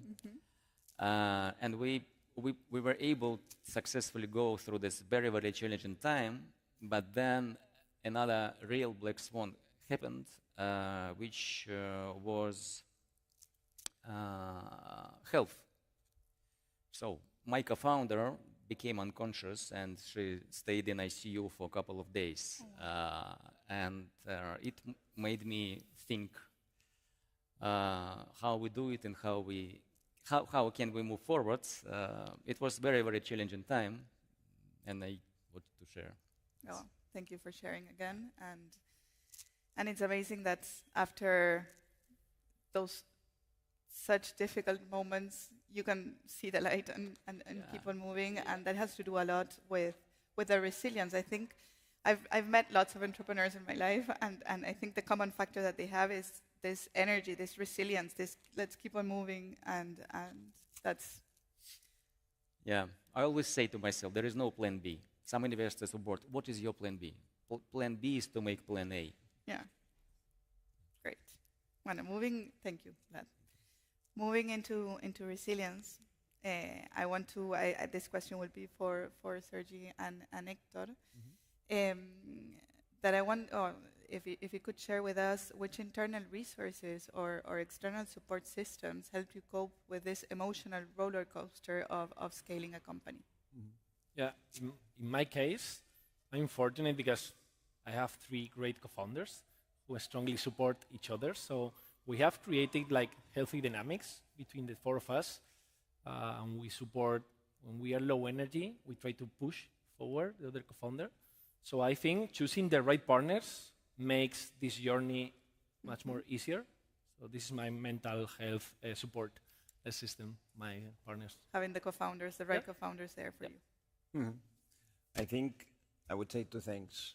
One is related to what Hector said. So internally, having the right partners across co-founders, investors, and employees. I think the moment you're disconnected from any of those, it's much more difficult to lead under difficult times, which is normally where you can be at your lowest mental moment or more emotional roller coaster. No? So I think what I learned is creating this small set of also team members that you are very close to, that they can support you, apart, of course, from your co-founders. And then, of course, selecting the right investors that think long-term, that understand that there's ups and downs in a journey, and the important is to to truly believe on the fundamentals of the business and continue thinking ahead, no, and not getting nervous just on short term. So for me, that's the first one. Secondly, something that helped me a lot, and I was not super believer at before building Colvin, was coaching. I had a very relevant motorbike accident. I was 1 month in hospital also and stuff. And then after this, I started coaching, and I discovered it at this moment. And I think it's a tool to get to know you better, to make yourself the questions that normally you don't make yourself, to be more proactive about the roller coaster, which is scaling a company, right? So those are the two things I would recommend. I think also when you build second time, it's less of a roller coaster. It's not as exciting on the downs or on the ups, and not as nervous on the downs either, you know? So it just gets more stable. Great. Wow, thanks. And Elena, Vlad, I wanted to like a quick reality check. So in your opinion, what is the most misunderstood aspect of being a founder, of being an entrepreneur, that you wish investors or even family or friends understood better? Vlad, do you want to start? I go. I was wondering on this question for a while, and I don't feel a lot of frustrations. Maybe it's, maybe with investors, like when you have a lot of processes that we are really dislike by nature. But I was wondering, like, something that for me is a bit frustrating, it's more about society, is that there is not only a role model of entrepreneur. I think we share the energy. I think we share the ambition to control our destiny. But you know, I don't work 24 hours, 7 days a week. I have priorities. I have kids. And there must be different models of being an entrepreneur that are successful entrepreneurs, although of course we have failures too. On the wall, on our mindset, that will be my approach. It just came to my mind now. No, it's great. Looking around. It's not all about there are different priorities, and setting up priorities for an entrepreneur or for anyone is also very important, no? Because it defines your strategy. It defines also where to put the most energy and what to stop and cut, no? For me, companies are like kids. It's one more on the house, you know. But anyway, there are different ways of doing things. Just that. Vlad. Well, from my perspective, probably I will taste something evident, but I just would like to say that investors should fully understand that they don't know business to such extent as the founders and the operational team. And they should provide strategic support at board level, but never ever go to operations, because it's the end game. This is number one. And number two, I think being the founder and CEO or executive along the journey is not the same. So founders need to grow together with the company to make sure that they can deliver good results. And it's not easy. So I think that personal educational, personal growth and professional growth as being the founder is very important to make sure that they will not miss the train. And the train is the business. Super. Anything you want to add about the question of what you think it's the most misunderstood aspects of being a founder? It's not just speaking in this kind of venues. It's working hard in your home. It's not just being in the headline of a newspaper. It's all the work behind that. And I think there are a lot of new founders, and I have a lot of conversations with people starting building things, and all the same thing. Hey, I want to be in this newspaper raising 20 million euros Series A. I said, this is not your work. These are going to be the results if you work hard, if you build something that someone they want to pay. So yeah, there are a lot of myths around the entrepreneurship. I think for me, like and we talk about startup, but there's a lot of types of business, no? But for me, a startup is something that has a global ambition, that grows fast, that raises busy money. This is a very linked to high performance career, no? You need to go very fast, you need to make very little mistakes, you need to work very hard, build a high performing team. So I think sometimes, maybe not as investors, if you have the right investors, they should understand this, but potentially family and friends, just see it as work, no? And it's like, you work too much. Well, and you don't go on an F1 driver and say, hey, you drive too much. No, he's training to actually achieve something, no? So maybe, and I like sports analogies a lot, that's myself, but I think that's maybe the only thing I would say, which is, hey, for me, it's not just work. It's what I want to dedicate my life to, and I want to achieve something, so it requires certain sacrifice from myself, and also the teams that join us, we have this very present. A lot of friends ask me, how do you manage your personal life or professional life? There's just one life. But in my case, 80% of my energy is focused on the professional side. So yeah, it's difficult to build families. I'm not at this stage yet, but I will imagine that will be really difficult to create a family, spend time with my kids. Well, no, that's another typical question that has to do with being an entrepreneur, with that it's like the work-life balance, no? But it's interesting what you mentioned, that I'm openly sharing that this is my priority right now. There could be different priorities or another kid, but it's also important, and last year we discussed it also in the panels here, that is interesting to in some way balance it, to avoid a potential burnout or whatever. What, are you doing something, or how do you cope with this? In my case, we are doing a dynamic between founders. Every quarter, we do a founders retreat, depending on the time of the year. It could be in the mountain or in the beach. And we try to spend 1 week or 10 days just sharing time, not trying to deep dive into the most critical aspects of the company, just sharing our thoughts, sharing our lives. And this kind of dynamic has helped us to create this balance and to create this safe space between the four of us. Great.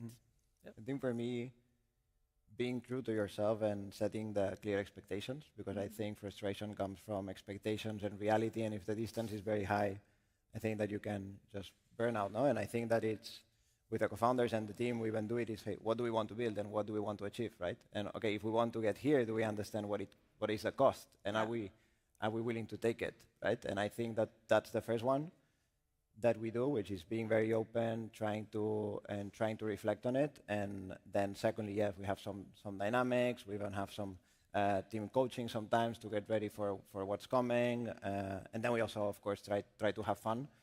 But I always make an analogy when I hire, and maybe it's a good one or not, but it's some people enjoy doing, I have friends that do Ironmans, right? They train for it and they pay to do an Ironman every month, right?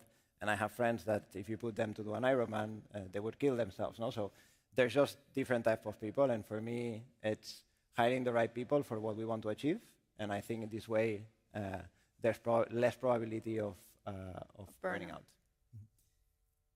What about you? You have family, you mentioned, so also it's in how are you managing your work-life balance and potential? There is no work-life balance. There is no work-life balance.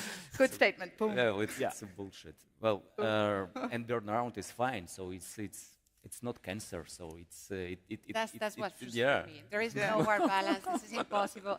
You know, that's a model, but this model creates companies that are extremely dependent on funders. And let's accept it. Funders are really good at the beginning. We are energetic. We are creative. We push a lot. But then either we grow or we move on. And we have to accept that if you really know where you are good at, you will move in the right moment. Yeah. So I think there are other ways. I think the companies could be funded in a different way, and you will create stronger teams than you do if you think that you are the fundamental key and you have to be 24 hours. Yeah. So it's a different perspective. No, I agree with you, Elena, and just like, because I just think that we check startup or VC as an asset class. I think it's different, right? There's a lot of ways of building a company. There's a lot of ways of building a company in a specific space. I just think that as founders or VCs, we need to be consistent, right? So on us, we are in AI, application layer, in HR. This is a competitive space. We either go and act as an F1 team, or we will not make it, and that's reality. No? Maybe this is different for another business where, hey, it's always about speed, but it's not that much about speed. It's about all the factors. So I agree with you. It's just, I think, putting the right team at the right place at the right opportunity, everything is possible. Super. So I think we're almost there. We're like in a negative, but I think I can, let's do that. The last question, which is moving back to our desert island theme. You already mentioned about what would be the one thing that you take to a desert island. And now let's talk about the one thing you pack on your entrepreneurial survival kit. And if it's something different than what you mentioned before or no, and again, no judgment. So, Sergi. Myself. I don't know, optimism. There's always keep optimism and positivism inside the team despite setbacks, and of course be aware of the things that are not working on, but keep a positive attitude to the setbacks that you get. And I would desire bring that with me, but also my team, to make sure that we keep facing setbacks and not just taking them with positivity. Super. Yeah, related with this bold branding, I will say a compass instead of a map. Because in entrepreneurship, there's no fixed route. You just have to set your North Star, your mission, and keep pushing. I'm scared about your answer. No, I already answered at the beginning. It looks like it's the same question. No, shall we change our mind? No, maybe not. You still have to survive. You still need a net. And I still need my fishing net, for sure. Well, resilience, I think. Resilience is everything. Yeah, great. And Elena? So in reality, you didn't put any limitation. I will take a boat, put my team, diverse team, purpose-driven on the boat, and bring it with me. Exactly, no limitations. Nobody told you that there is a limit. Super. Bueno, thank you. Thank you. And unfortunately, we're out of time. It was an amazing panel. Thank you for sharing all your learnings and all your experiences so transparently. I'm sure there are many entrepreneurs in the audience that have faced similar challenges or are facing them right now, and this is very insightful. We know that we can definitely learn from early wins, but sometimes we learn more about the most difficult chapters. So thanks again, and a big warm applause for them. Thank you.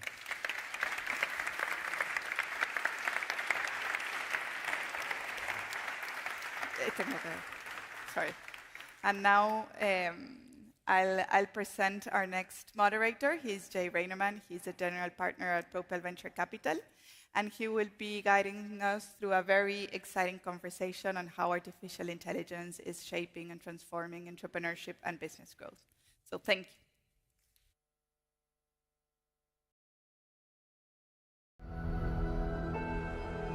Generation after generation, sailors have sought a guide, a compass to steer them through the vastness. Now, this faithful companion boasts a new and transformative needle, one capable of charting invisible routes toward breathtaking horizons.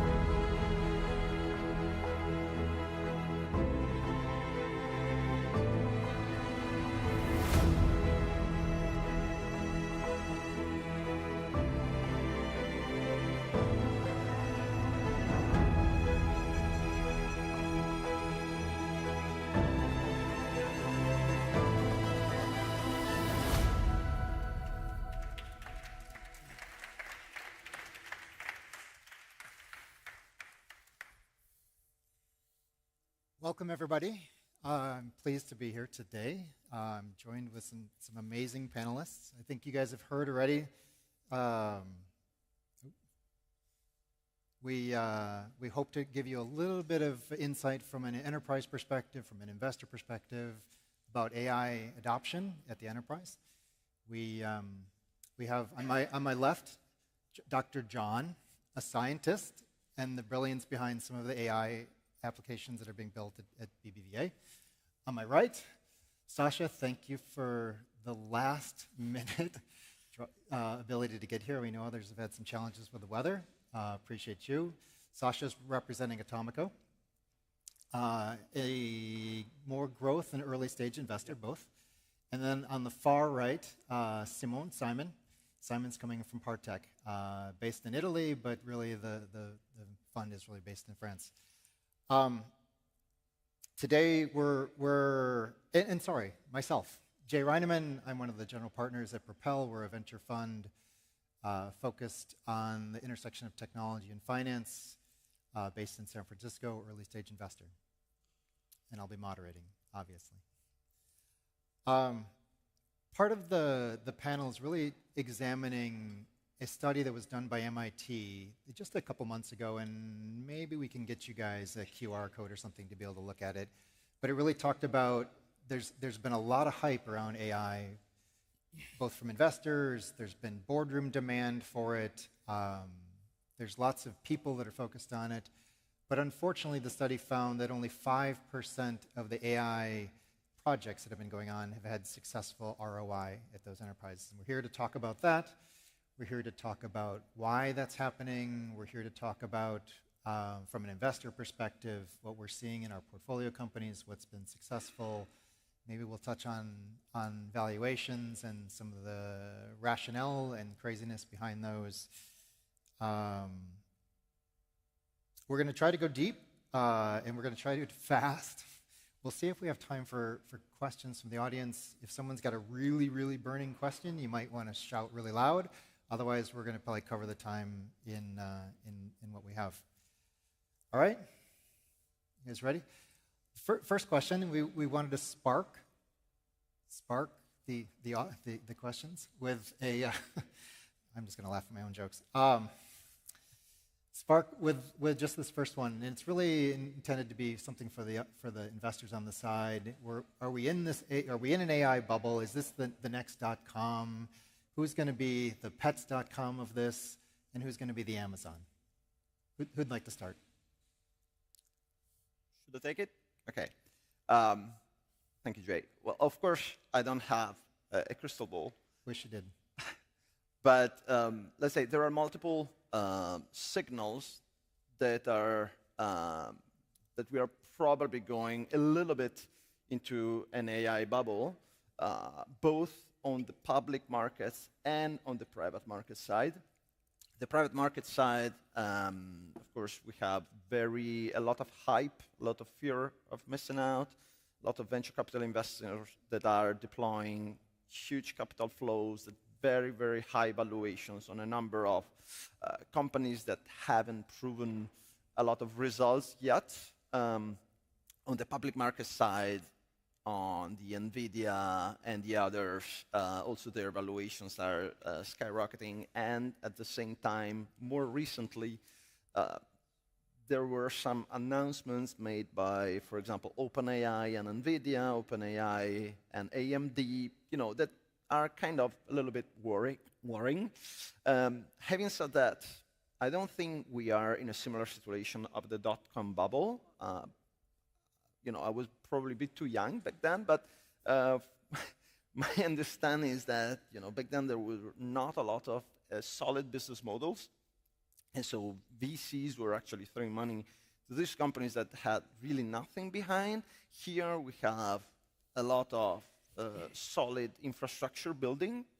Now, if I have to say who are the Amazons today, I would probably tend to say that Microsoft plus OpenAI, NVIDIA, Google, all the hyperscalers that are building the LLMs are here to stay, and because I fundamentally see AI be part of our life 10 years from now. There are some generative AI applications that have no defensible moat. This kind of AI agent, chatbots or sales automation tools that can be easily replicated, where it's a little bit unclear whether they will survive or not. But as Jeff Bezos said last week, fundamentally this entire trend should be good and create positive impact. Yeah, I think I like, Simon, how you split it into the public and private. And being on the private side, it's really painful for me to say that what is happening right now is, let's call it normal, because if there is a lot of potential, then the private markets just reflect that potential in the multiples. I think if we look just at the deal dynamics and the terms that people are underwriting, they're completely insane. But at the same time, we have never seen before a private company worth $500 billion, right? Whether that's realizable or not, that's a big question. But I do think that on the private side, at least there is some argument around, there is big potential. There are a number of first-mover companies, or in some instances, second-mover companies, where that is the benefit, and therefore you can still create a lot of value. On the public side, that's where my worry is, just because if you look at the fundamentals in terms of all of the indicators, how overvalued are all of the assets, including some of the more creative ways to structure deals like AMD and NVIDIA and others. I'm not an expert in those, but it, at least on the high level, sounds quite creative. I think from that perspective, that's where the biggest concern is, because as a private investor, what we want to see is a path to sustainable liquidity. And that liquidity will come from either someone acquiring these companies or companies going public. And some of those things, the discrepancy between the public markets and the private markets, that's where the biggest concern is for me. And depending on how these companies go, what the private companies will be relying on is revenues. And John, what do you think? I mean, what is it going to be taking for an enterprise project to be real? What percentage? The MIT study said there's only 5%. What does it take for some of these to be real? Pretty trendy question. The MIT study made a huge splash. 95% of the projects failing is not a good measure. We are nowhere that number in BBVA. We actually track this stuff. Meaning higher. Right. Okay, thank you. Better, yeah. So out of the whole portfolio of AI / machine learning projects, 50% of the projects have a direct attribution to money, in a sense, right? It doesn't mean that the other 50% are a failure. In some cases, that attribution is not possible for whatever reason, right? If you are building, an AML system, you don't get to see the benefits unless you get a fine or you don't get it, right? So that's why that measurement is not really precise. But I think the general sentiment of the MIT study that doing these things at the enterprise level is not easy is kind of true. And it's something that we must take into account when integrating these things into the bank. Noted. I think we should all note that they're a very good customer. 50%. Staying with you, John, for just a minute. You've mentioned, we really haven't talked about AI governance, or we haven't really talked about the BBVA's transformation in general. And maybe you can reflect on there to understand why where there's these bottlenecks for most enterprises. What is it? So the thing I find fascinating is that the general narrative around why it's so hard to put these things into production for companies, I think many people think that it's because the technology, meaning the models themselves, they are not smart enough, right? They're kind of stupid, they fail. And that's not our experience at all. I mean, generally speaking, we found that the reason is not because the model is not there yet. It's because integrating this thing into the banking system is not easy, right? Allowing data to be seen by the model, allowing the services of the bank to be reachable by the model is in many cases where things get stuck, right? Because they need to be secure, they need to be compliant. There's new things that weren't there before. And that's, from my point of view, the real bottleneck, and not necessarily this idea, which is that the models are not smart enough yet. I think they are for many applications, maybe not for all of them, sure, but for many cases, we are there yet, frankly. What are you guys seeing in your portfolio companies of what's being successful in deployment? Or not successful? I think one of the things, maybe just to follow up on the point in terms of the adoption and the things that prevent, I think on the not successful is many of these applications, they have a lot of potential, but then there are a lot of hurdles that companies need to overcome. One is behavioral change. The second one is everyone is talking about AI, but real push to adopt AI varies across different companies. And the third one is it's actually stunning how unpredictable those models are still on some instances, for instance, cybersecurity, right? If you introduce a new system into a bank, then you need to ensure that there will be no bad surprises. And I think from that perspective, when we see our portfolio companies, especially the ones that work within regulated sectors, think financial services, healthcare, and so on, there is a quite high threshold for what you need to go through before things get into production. And when they get into production, the success really varies depending on where in the stack you look. Coding applications are probably the ones that get adopted very quickly. On the other hand, the things that require heavy integration with your data systems, a lot of compliance, a lot of security audits, not as much. But the biggest things where we have seen adoption is where the systems are somewhat independent. So for instance, we're an investor in a company called DeepL that provides, it's a pretty sizable company. They provide machine translation powered with Gen AI and so on. With those, you don't need to have heavy integration. You can embed it into your workflow, and on day one, you already have something. On the far other hand, we have things like a company called Wakera that got recently acquired, where it's a cybersecurity solution. And before you get adopted, it's 6 months discussion. Even though there is buy-in on the board level, the C level, that something like this has to be in production before they adopt anything Gen AI related. But still, you have 15 different people that needs to be involved. Everyone is excited, but the things are moving much slower. Cool. Listen, on our side, we have been pushing our portfolio companies to test and implement, AI solutions on different processes. The first evidence that we saw of what is working well is, for example, everything related to customer support, meaning kind of relatively low value-add activities, content creation, as Sasha said, coding, with all the caveats, and you really need to pay attention about all the security implications and the hallucinations that you might have. But tools like Cursor or even Claude are really powerful, to create a first MVP and then start from there.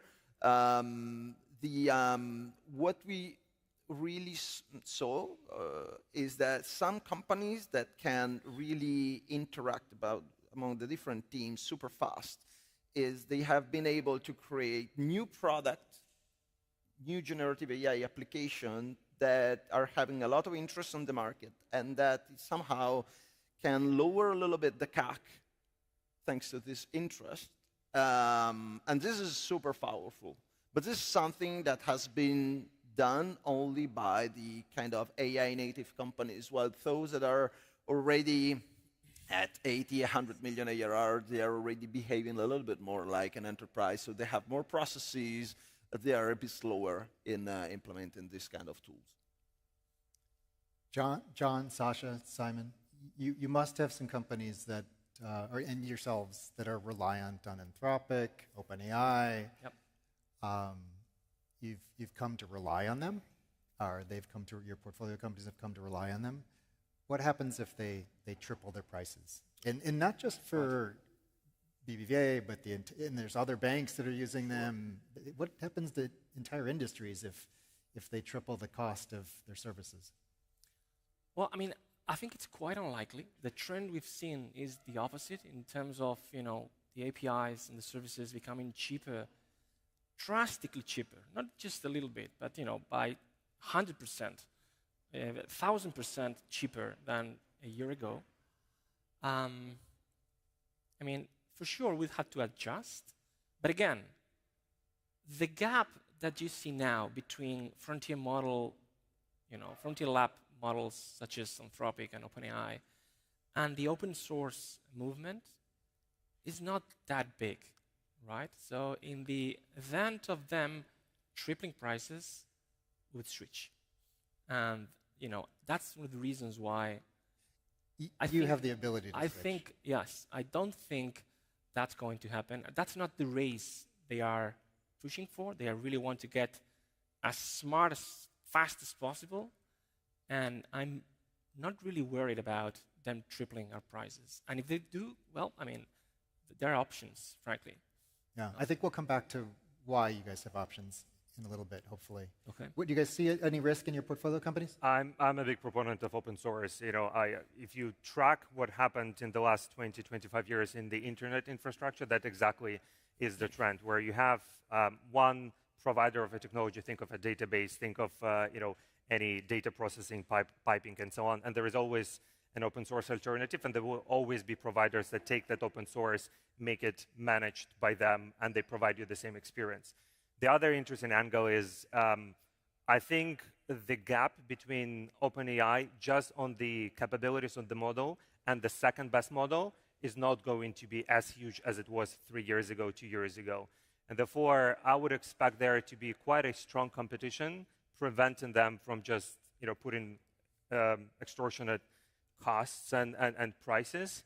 And I do believe that we already see that what they are trying to do is capture the land, right? Do the land grab. So from that perspective, maybe in the long run, it will be the case, but also there is an argument that, you know, LLMs, whatever the name is for the Gen AI models of the future, are going to be almost a utility that is going to be available to people in enterprises in different shapes and forms. So not something that we're concerned, but definitely something that we stress test when we underwrite investments. Yeah. Yeah, maybe I would just add, I agree with everything here. I would just add that you just need to pay attention that your tech team is actually not going all in with only one model. Sure. That in some cases might occur, because otherwise you are just, you know, doing a massive vendor lock-in, and therefore you're then tied hands and feet to one LLM, and then switching from one day to another might be a bit more complicated than if you are orchestrating among different models since the very beginning. Sure. Yeah, but I would argue that switching models is easier than switching cloud provider, for example. So, but you're good point. I mean, we have our hedges to avoid that kind of situation for sure. Yeah. Maybe some of the most expensive or highly valued utilities in our history. Oh, it depends how you view the overall market, right? There are numbers as large as tens of trillions of dollars that is going to be created, and then everything else kind of in that light sounds not expensive. Yeah. Maybe back to you, John. Let's talk about RAG. Okay. What is it? What are you guys doing? So RAG, this concept of retrieval augmented generation, which is...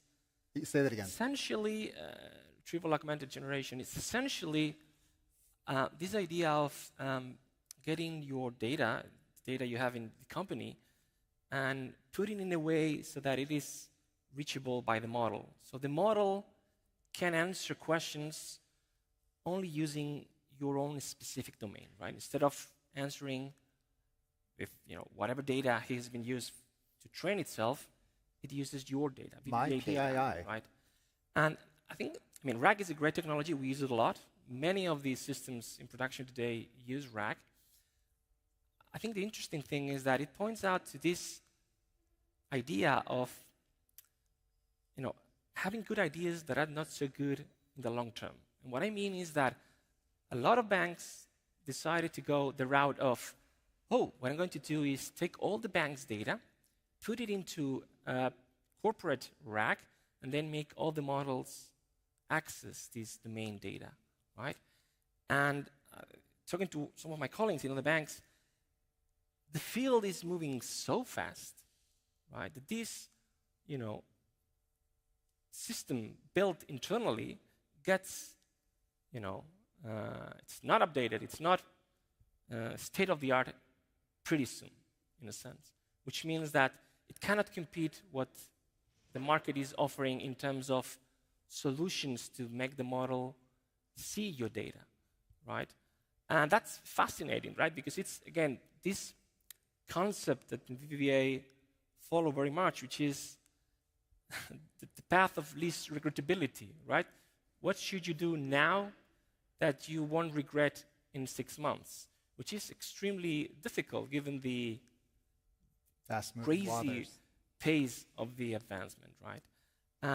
So again, talking to some of my colleagues, they build huge systems, they put the data, and that's not competitive compared to some of the solutions that we have today. Many reasons, right? And again, this idea of making decisions that you won't regret 6 months from now is a big part of the strategy today for us. And that's something we spend a lot of time thinking, where do we wet and where we don't. Hey, maybe something we haven't really discussed ahead of time was if you had a recommendation for startups in the audience in how to work with a big enterprise. One of the things that I always mention is to avoid the word platform. So I hear a lot of companies, and they always bring this idea of this is the whole thing, right? This is the platform to build agents. And given what I just told you about repeatability, it's extremely hard for me to believe that a solution now is going to fulfill all these needs 6 months from now. So I would shy away from trying to present the whole package, which I get it, right? 3 years from now, it was neat. Companies, banks like us wanted this concept. But nowadays, I think it's counterproductive because it makes us doubt that we will be going with you again 6 months from now, given the pace of the technology. So I think it's more intelligent, that's my opinion at least, to focus on narrow angles and at least try to avoid that concept of platform. That's one insight for what it's worth. Perfect. I think we should take the blame for them always pitching platforms because that's what early stage investors want to hear. I know. Okay, let's switch it up a little bit. Maybe it comes back to us to be blamed a little bit here because there's a lot of companies out there that really don't have much of a moat. I should say startups that don't have much of a moat. They're being valued at 50x their ARR. I mean, what are you guys advising, or what are you looking for a moat? Is it distribution, the data? Are they embedded deeper in the operations? I think for us, the multiples are multiples, right? The multiples is just the clearing mechanism how companies get funding. And therefore, if someone is willing to pay 50x, it doesn't mean that we'll be able or we will be willing to pay 50x. And sometimes, it can be the opposite. And therefore, I think, we deliberately take a very cautious approach to how we think about, which companies deserve a premium versus the ones where we might not even be interested to participate in kind of in the bidding war, so to say. There's nothing about FOMO. Well, FOMO is real, right? That's kind of the bread and butter of early stage investing. But for us, if we're excited about the company, then price is a secondary consideration. If we're not excited, then we can always use excuse that price is too high. I think for us, from the moat perspective, and for me personally, I don't really like moats because if you look at all other industries, the number of cases where you have a moat is actually very limited. Think of like network effects or unfair advantages from the unit economics perspective. For other companies, like even as complex as like building a database, like unless you're an open source database and you have a community, there is no moat. Like complexity can be solved with enough people and capital. So for us, what it gets to is two things. One is if it's an application, then it becomes a question of distribution and how can you be ahead of others when it comes to distribution. If it's more in the infrastructure middleware, then it's about talent. And it's probably one of those rare moments where talent becomes the moat, because if you want to solve some of the most challenging problems, you want to have the best people. And by sheer numbers, there are not that many people that are best. So from that perspective, we have seen that the companies that have ability to suck out the talent are the ones that build the best models, the ones that build the best approach to solving the problems and so on. But if we project in the next 5 to 10 years, that question almost becomes like, what is the moat, becomes useless because, suddenly DeepSeek released their model a year ago and everyone who was asking where is the moat, asking themselves a different question, which is, well, what if open source domain has something like that, which is obviously stretches your imagination and forces you to think not necessarily about the long-term horizons, which is the way the industry early stage investing has operated, but more like from the business building perspective, where is the unfair advantage? Yeah, and speaking of talent, I mean, I think that talent right now, there's been a bit of inflation.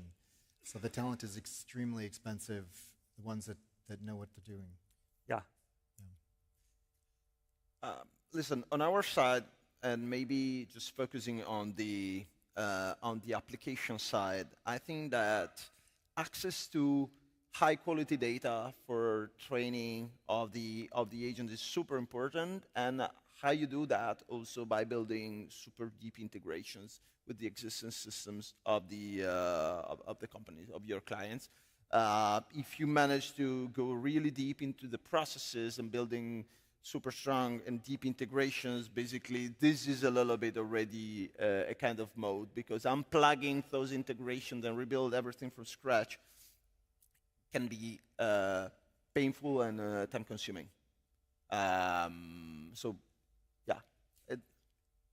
Two last questions. We have 3 minutes left. One for you, and then one for you guys. John, because I think there's a bunch of investors in the room, as well as founders. So thinking about what to invest in as an investor or a founder, or where to spend your time as a founder, what's the most underhyped area that you would be a customer of? I can think of two things. The first one is the fact that given the advent of GenAI, a lot of the efforts on traditional machine learning models have sort of died down, or I don't think to receive that much investment, and the value there is still huge. I was just reading a couple days ago a report where they were comparing the diagnostics, how well the diagnostics were comparing doctors, specialists reading X-rays, and LLMs, right? And obviously the doctors were very much better than the LLMs. But the point is that you would never really use an LLM for this particular problem. You have nowadays models trying to diagnose diseases from an X-ray using traditional machine learning, which is way better than doctors, right? And that's, again, the point that many applications don't require GenAI to be successful, and I think that's a point where we might be underinvested as a market. Okay. That's one. The second one is adoption of this technology by employees, meaning that I still have the feeling that many companies, not BBVA, but many companies don't really understand the impact for their employees to be using ChatGPT or whatever. I think that the value there is massive, because measuring productivity is not evident. Many companies shy away from, betting on this, and really is incredible the amount of things employees can do with a little bit of creativity and access to these tools. Give it to them. Okay, 50 seconds, guys. You got to do this quickly. What's the most unpopular opinion or prediction you'd have for next year? 15 difficult. Difficult to say for sure. There might be. Today is still unpopular, but there might be a little bit of slowdown in this deployment of capital, and wait and see mode. Like let's see. I'm expecting a little bit of a small correction, not massive, but a small correction. Okay. Sasha, last 15 seconds is yours. One popular view that I've heard is that the only way one can justify the valuations and the public markets and so on is the impact of AGI, or artificial general intelligence, on the society and GDP and so on. And I think my unpopular view is that even in 2026, we'll still be discussing what the heck AGI is. And I think it will take quite a few years for us to all even arrive at the consensus of the definition, rather than even seeing the AGI making an impact. Amazing. All right, that's a wrap. Hey, let me thank you guys, and also the audience. I'd love to thank the panelists for the insights that you guys were able to provide today. Appreciate you guys being here. Thank you for having me. Thank you.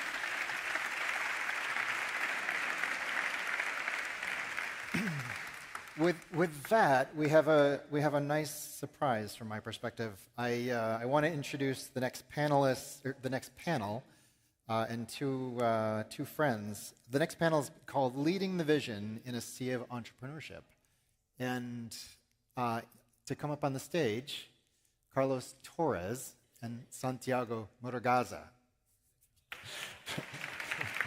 Are you guys joining me?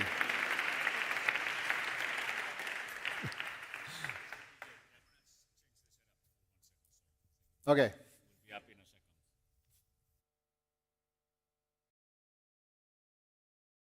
Hay capitanes que llevan tanto tiempo en la mar que ya forman parte de sus aguas. Lobos de mar que saben leer el cielo y las mareas, distinguiendo el momento de resistir del instante de dejarse llevar. Su liderazgo no se mide en alcanzar la costa, sino en mantener firme el rumbo ante lo impredecible. En sus manos, el timón se transforma en guía y en legado, la sabiduría que inspira a los nuevos navegantes.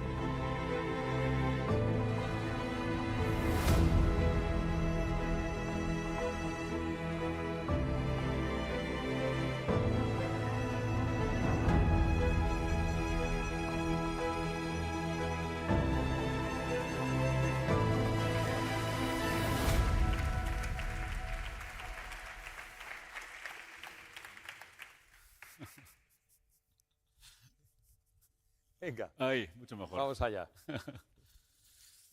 Bueno, aquí estamos de nuevo. Muchas gracias, Carlos, por participar un año más. Al revés, gracias a vosotros. Este evento de manera un poco improvisada, o sea que gracias por eso.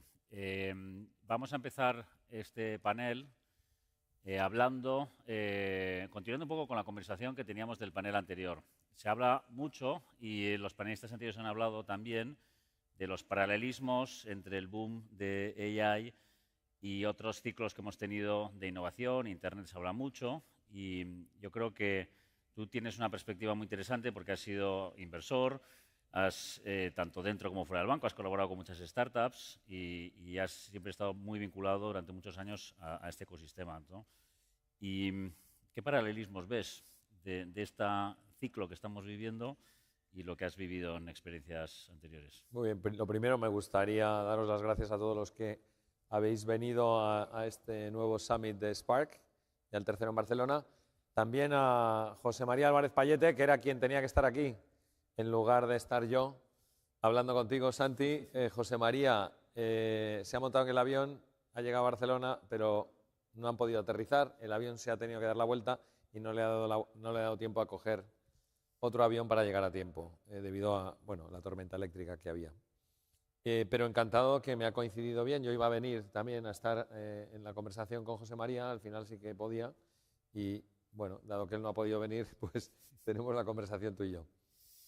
Paralelismos hay muchos con lo que yo viví a finales de los 90, sobre todo la incertidumbre sobre si esto es real o es hype, y hasta qué punto va a cambiar el mundo, que la veíamos también en aquel momento.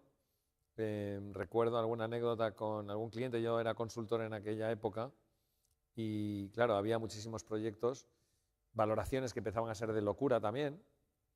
Y recuerdo un cliente que hablaba de, bueno, esto, o sea, puede ser, es como cuando vas en un barco y miras por el catalejo y dices, una isla.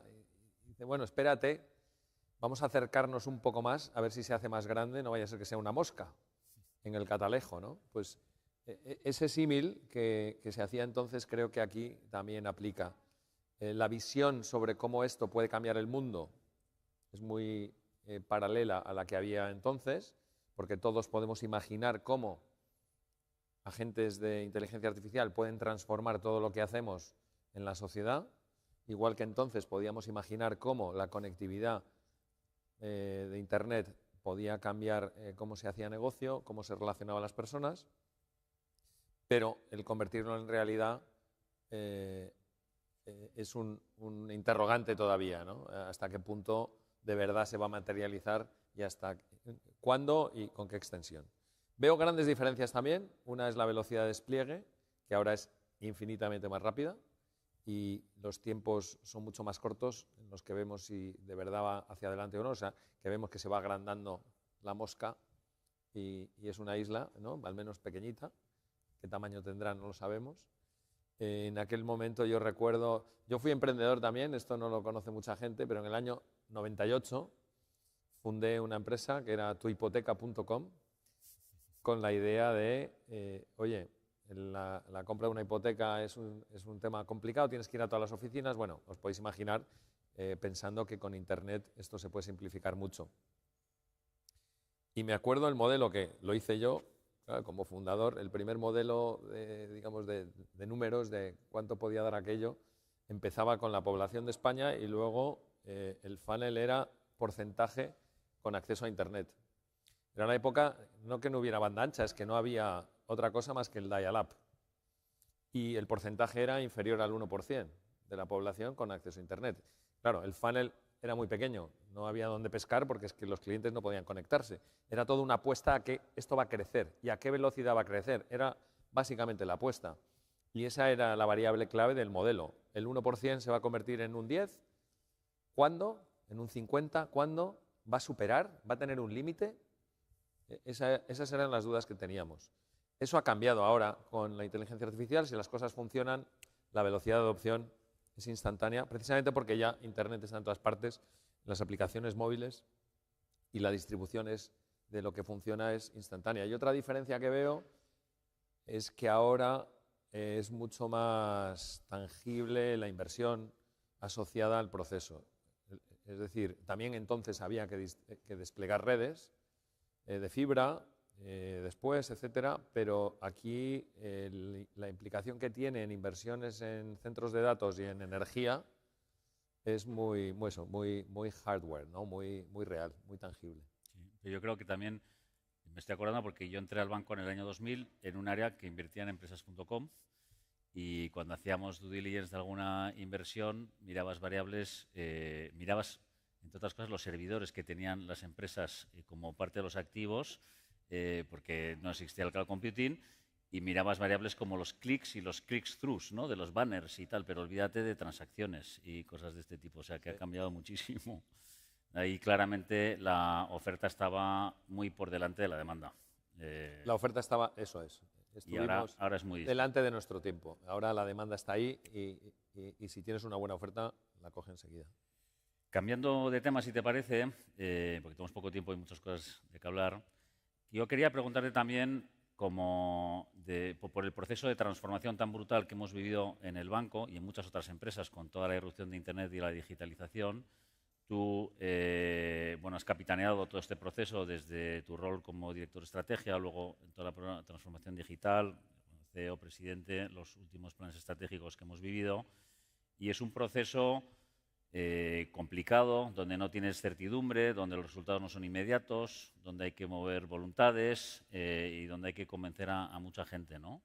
¿Qué aprendizajes tienes de ese proceso y cómo piensas de cara a los que nos vienen por delante, ¿no? Ahora con la IA? La situación actual.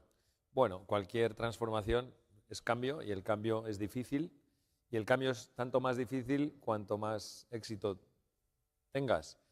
Y claro, BBVA es una organización que tiene 160, 170 casi años de historia y que yo considero muy exitosa. Y eso hace que haya una inercia enorme de que las cosas se siguen haciendo como se han venido haciendo porque funcionan.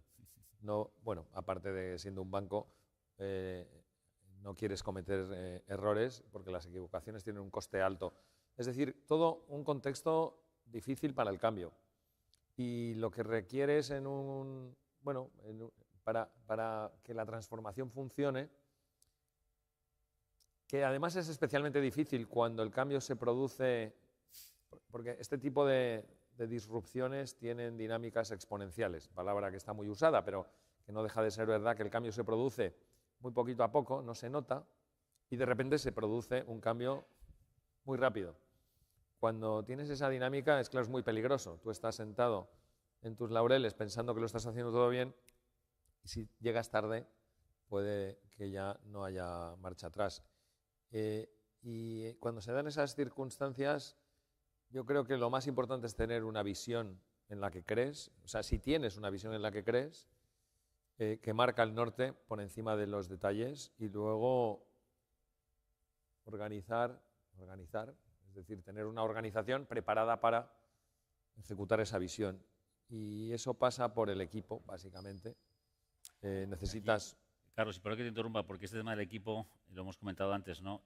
A mí siempre me surge la duda de hasta dónde llega la intuición, la convicción en un proceso de esta naturaleza y qué estilo de liderazgo requiere un proceso de esta naturaleza. Sí, pues lo he dicho antes, es una visión por encima de los detalles, es muy intuitivo, pero no una intuición basada, digamos, irracional o baseless, ¿no? Sino con una base racional, pero que igual no sabes cómo exactamente tienes que hacer las cosas, pero sabes que la visión de llegada, ¿no? Que tienes clarísimo que el mundo va a funcionar así, ¿no? Y que los servicios financieros, en nuestro caso, la transformación era, hoy es muy evidente mirándola pasado, pero os aseguro que hace 20 años, cuando la mirábamos hacia adelante, había enormes debates sobre hasta qué punto podríamos crecer si retirábamos capacidad comercial de la calle. Era un debate no un debate, es que éramos una minoría muy minoritaria los que pensábamos que absolutamente 20 años después el canal digital y el móvil iban a ser el fundamental. Bueno, hoy está claro, en aquel momento no. Entonces, convicciones sobre que mi visión del mundo es esa y los detalles ya veremos cómo llegamos ahí. Pero empezar a trabajar en esa dirección, construir equipo, creo que el estilo de liderazgo comentas, liderar es ir por delante, es dar ejemplo, entonces es difícil transformar si uno es inmovilista, o sea, uno tiene que tener espíritu emprendedor en lo personal y que eso se vea, que esté abierto al cambio, abierto a ideas nuevas, trayendo ideas disruptivas en lo personal, porque si no, no lideras, no marcas el camino, no vas por delante. Y luego lo que se requiere es un estilo... Bueno, antes decía en un panel que el CEO del startup no tiene que hacerlo todo, nadie es imprescindible y que eso lleva a mala receta. No puedo estar más de acuerdo y es un poco la misma forma de pensar de la transformación en el banco. La clave es tener un equipo que cree, tienes que tener cuando estás haciendo una transformación, una mínima masa crítica en el equipo de liderazgo que crea en esa misma visión y que empuje esa misma visión de manera que genera ya una bola de nieve en los demás. Eso requirió, en nuestro caso, una renovación muy importante del equipo al primer nivel. Y luego, bueno, oye, necesitas también en ese proceso quick wins y mucha comunicación. Pero volviendo al estilo de liderazgo, claro, la clave es tener un equipo al que le das responsabilidad, no que le controlas y que le dices todo lo que tiene que hacer y que lo haces tú todo, sino que le das responsabilidad, le dejas espacio, le das empowerment, pero claro, no a cualquiera, sino a personas que tengan coraje, yendo también a tu pregunta, coraje para ir ejecutando esa visión a pesar de no saber cuáles son los detalles, sin miedo a equivocarse, porque si no, no experimentas, no pruebas otras cosas distintas de lo que has venido haciendo, con independencia de criterio, muy importante, independencia de criterio es fundamental, y luego, de nuevo, espíritu emprendedor y de cambio y de traer ideas disruptivas. Creo que esos son los elementos más importantes y luego tener una atmósfera donde se fomenta la disensión o el debate genuino. Entonces, si tienes personas con independencia de criterio, emprendedoras, con ideas disruptivas y que están en una atmósfera en la que pueden fallar, están dispuestos a fallar y no tienen miedo, tienen coraje, porque tienen una visión y tiran para adelante y una atmósfera que es cómoda, que es safe para tener ese debate.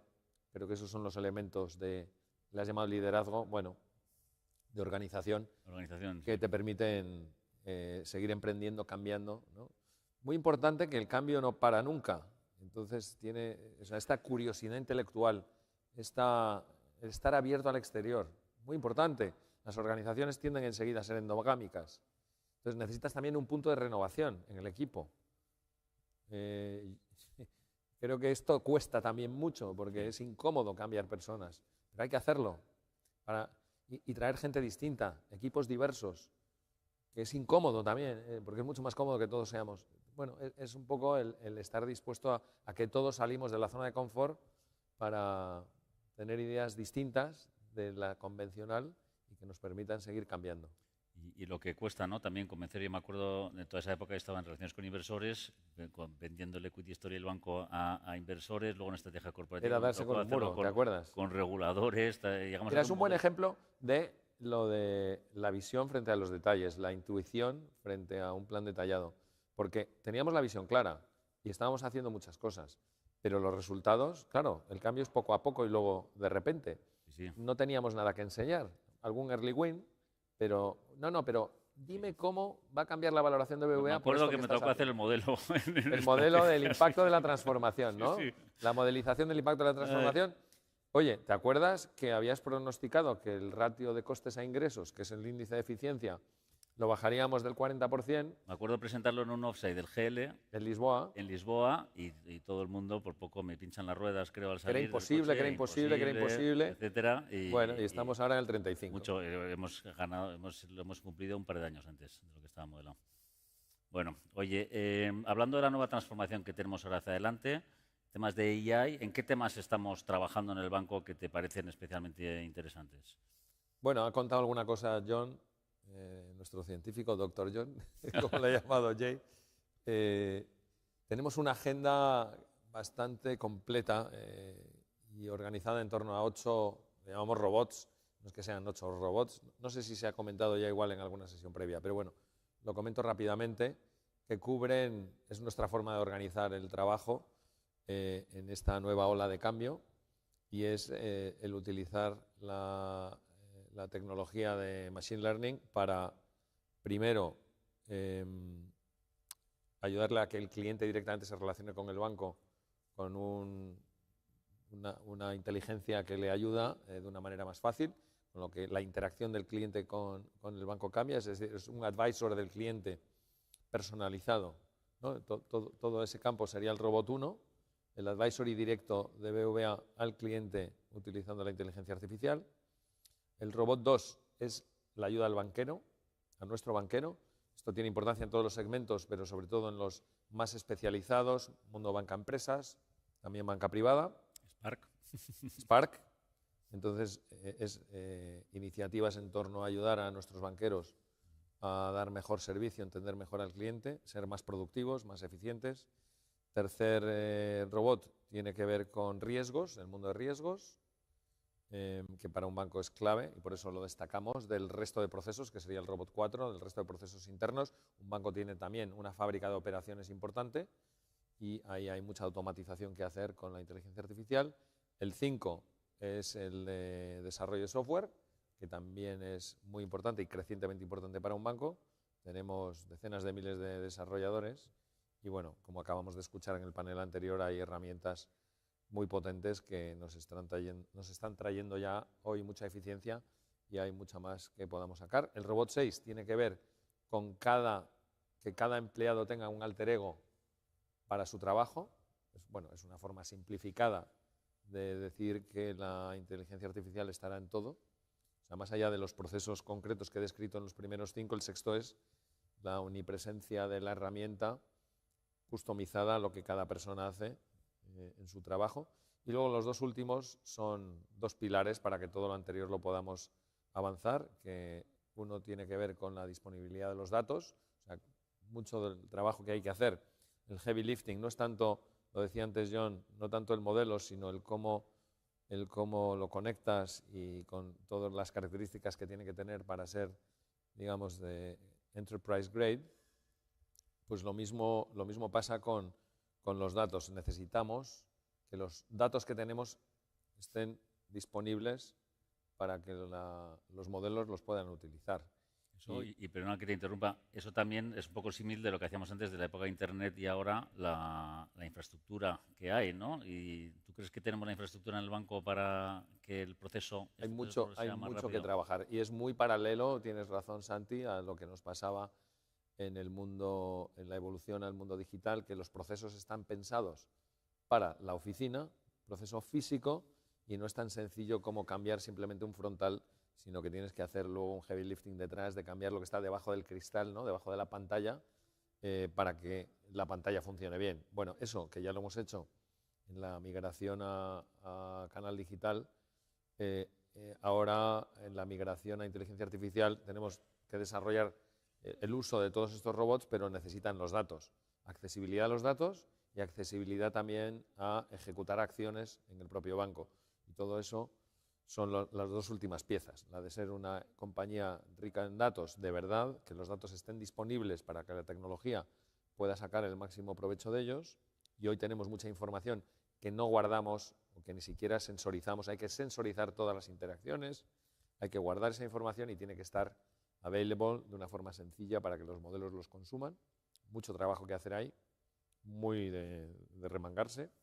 Y luego la arquitectura, digamos, tecnológica que permita la interacción de los agentes con los procesos y sistemas del banco y con los del cliente también, y entre agentes, ¿no? Porque va a haber mucha comunicación entre agentes.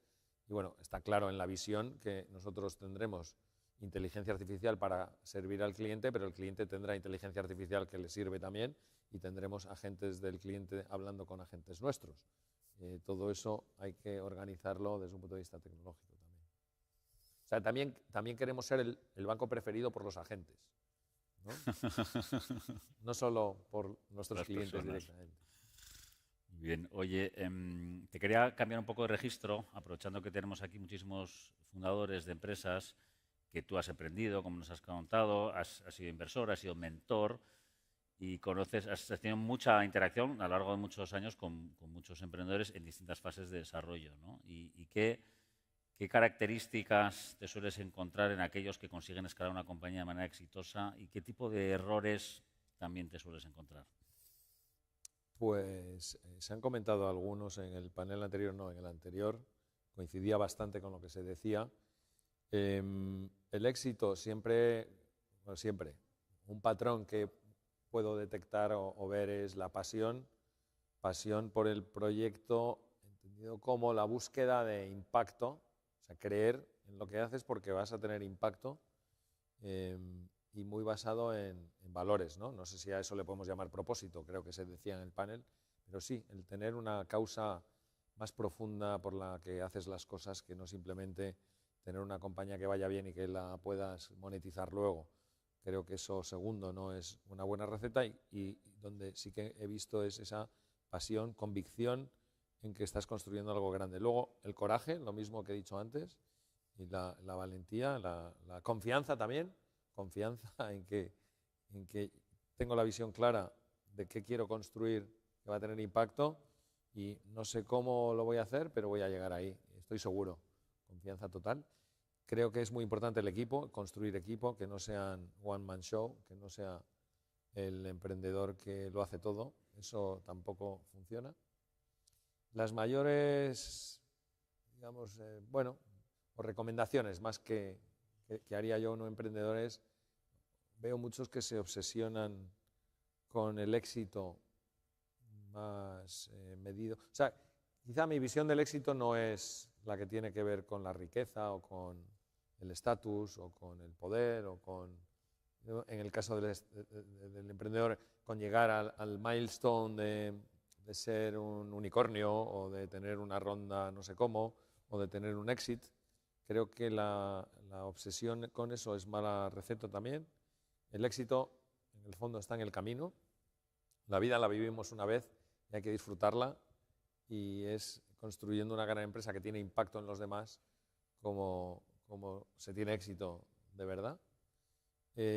Luego también recomendaría, también se decía en el panel, que ante los desafíos hay que desdramatizarlos, digo yo siempre, desdramatizarlos, pensar qué es lo peor que puede pasar. Obviamente todos tenemos dificultades en el camino, setbacks, situaciones en las que parece que el mundo se nos cae, pero en cuanto coges un poco de perspectiva, ¿qué es lo peor que puede pasar? Pues normalmente nada demasiado grave. Y esa es una buena receta, creo, el tener filosofía, el ver las cosas con perspectiva de qué es lo que de verdad importa, y lo que de verdad importa no tiene tanto que ver con ninguna métrica financiera, ni con nada que tenga que ver en realidad con la empresa en sí, sino con que, bueno, con que seas feliz, con que estés desarrollando el proyecto que quieres y que creas en él y que ayudes a los que están a tu alrededor a que te ayuden a conseguirlo. Pues sí, al final uno trabaja todos los días y como no se siente a gusto con lo que está haciendo cada día y solo está obsesionado con la meta, complicado, ¿no? Eso es receta para la frustración. Y ponerle un poco de filosofía al tema, o sea, tomarse los setbacks, los desafíos con filosofía. A distancia, es difícil. Dramatizar. Es difícil, pero cuando lo haces, piensas, qué fácil es tomar, o sea, qué agobio he tenido durante unos días o semanas por este tema. Y, según te vas haciendo mayor, y yo ya tengo unos cuantos años, ves que hay muchas situaciones que te parecían horribles y tal, y luego lo ves y dices, es que daba igual, Ya. Literalmente daba igual. Oye, Carlos, estoy viendo que nos están sumando como minutos aquí a Teleprompter porque estábamos en Vamos ya al revés. 50 segundos. Yo no sé si no, nos han puesto más. Vale. Nos han puesto más, no sé si porque estamos... Pero poco más. Poco más, porque yo tenía una pregunta random, bonus, para hacerte, bonus. Que es, si tuvieras 25 años, ahora, ¿en qué emprenderías? ¿Qué te parece? 25. ¿Quién los tuviera? Bueno, 35 ¿Y cuál es la pregunta, perdón? ¿En qué emprenderías? ¿En qué emprendería? O sea, ¿qué problema te motivaría? Hipotecas no. ¿No? Eso ya lo probé. No tenía 25, pero yo soy del 66, tenía 32 años. Bueno, probablemente emprendería en energía. Porque la energía mueve el mundo, es necesaria, cada vez más. Esto es un patrón en la historia. A mí, en el mundo de la energía, siempre me he sentido muy atraído por el mundo energético. En mi época de consultor, luego también después cuando trabajé en Endesa. Y siempre he creído que la energía es un sector de futuro porque es cada vez más necesaria. Y bueno, incluso con todo lo que está pasando, no lo digo por eso, por la necesidad energética asociada a la inteligencia artificial, pero también, si algo aumentará el peso de la energía en la actividad humana. Y se junta con que hay grandes retos que resolver, hay muchos problemas que resolver. There's a job to be done, there's many jobs to be done en el mundo energético. Algunos que tienen que ver con la eliminación del impacto negativo de la generación de energía, ¿no?, basada en combustible fósil, todo lo que tiene que ver con las emisiones de gases de efecto invernadero, y luego otras que tienen que ver con pues la estabilidad del sistema, como hemos visto con el apagón que tuvimos aquí, otras que tienen que ver con la distribución de la energía a todo el mundo, ¿no?, y de igualdad. Bueno, hay muchos retos en ese campo y hay mucha innovación que puede resolver esos retos.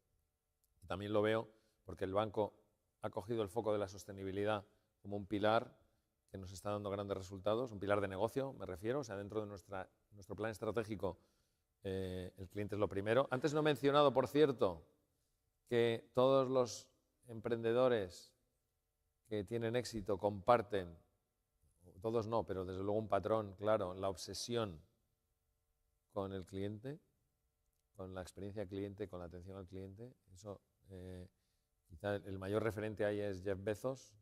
Hay un vídeo muy famoso donde habla de la atención obsesiva con el customer experience. Y bueno. Y además, perdona, en ese vídeo le entrevistan con el gorro de eresunaempresa.com, pero tienes mucha infraestructura física. Y él como haciéndole de menos, ¿no? Como no vas a tener éxito porque no eres tan escalable como otras. Internet, ¿no? No eres de Internet, ¿no? Y lo que estás contando lo puede decir Walmart y él responde, pues sí, claro, es que Walmart perfectamente puede decir que su obsesión es el cliente y ese es el camino. Justo. Entonces, bueno, que ese es lo un digo rasgo... Porque ahora muchos nos pichean con IA, pero IA, ¿para qué, no? ¿Para qué? Eso. Entonces, bueno, que se me había olvidado antes al hablar de que recetas de éxito. Y no sé por qué ahora he pensado en eso, pues estaba hablando de la energía, que hay problemas que resolver y hay innovación que ayudará a resolver esos problemas. Y lo veo, estaba hablando de nuestras prioridades estratégicas, que la primera es el cliente, El cliente en el sentido de tener esa obsesión, esa radicalidad en incorporar la perspectiva del cliente, pero la segunda es la sostenibilidad. Y en línea con eso llevamos ya muchos años invirtiendo en empresas innovadoras en el campo energético y bueno, pues en mis viajes de exploración, ¿no? Os decía antes, compartía antes que es muy importante tener la mente abierta a ideas de fuera, no ser endogámicos, estar expuesto a ideas disruptivas, y eso requiere trabajo y requiere planificación. Y yo planifico siempre viajes de exploración, todos los años un par de ellos, a distintos sitios donde sé que hay ideas distintas, novedosas. Bueno, pues últimamente estoy teniendo esos viajes muy centrados en innovación en el campo energético. Pues en Texas, hace 2 años, en la zona de Nueva Inglaterra, en Boston, el año pasado, y hay empresas de baterías, empresas de hidrógeno, empresas de... Cemento verde. Cemento verde, que no tiene tanto que ver con la energía, pero también era a través de electrólisis y que también consume energía. Bueno, en definitiva, emprendería en energía porque es el futuro, porque hay problemas que resolver y hay mucha innovación a flor de piel que resuelve esos problemas. Muy bien, yo creo que ya sí que he pasado mucho. Muchísimas gracias, Carlos. Gracias. A ti, Santi. Gracias. Muchas gracias. Gracias. Y nada, daros las gracias a todos por estar aquí hoy con nosotros. Vamos a tener un cóctel ahora en el piso de arriba, en una sala espectacular. Aprovechar para conectar, dar las gracias a todos los panelistas que nos han acompañado hoy aquí por su generosidad. Y nada, por terminar, el equipo de Spark y de BBVA, si venís al escenario para la típica foto oficial, mientras el resto de invitados suben al cóctel, os lo agradecería. Muchísimas gracias.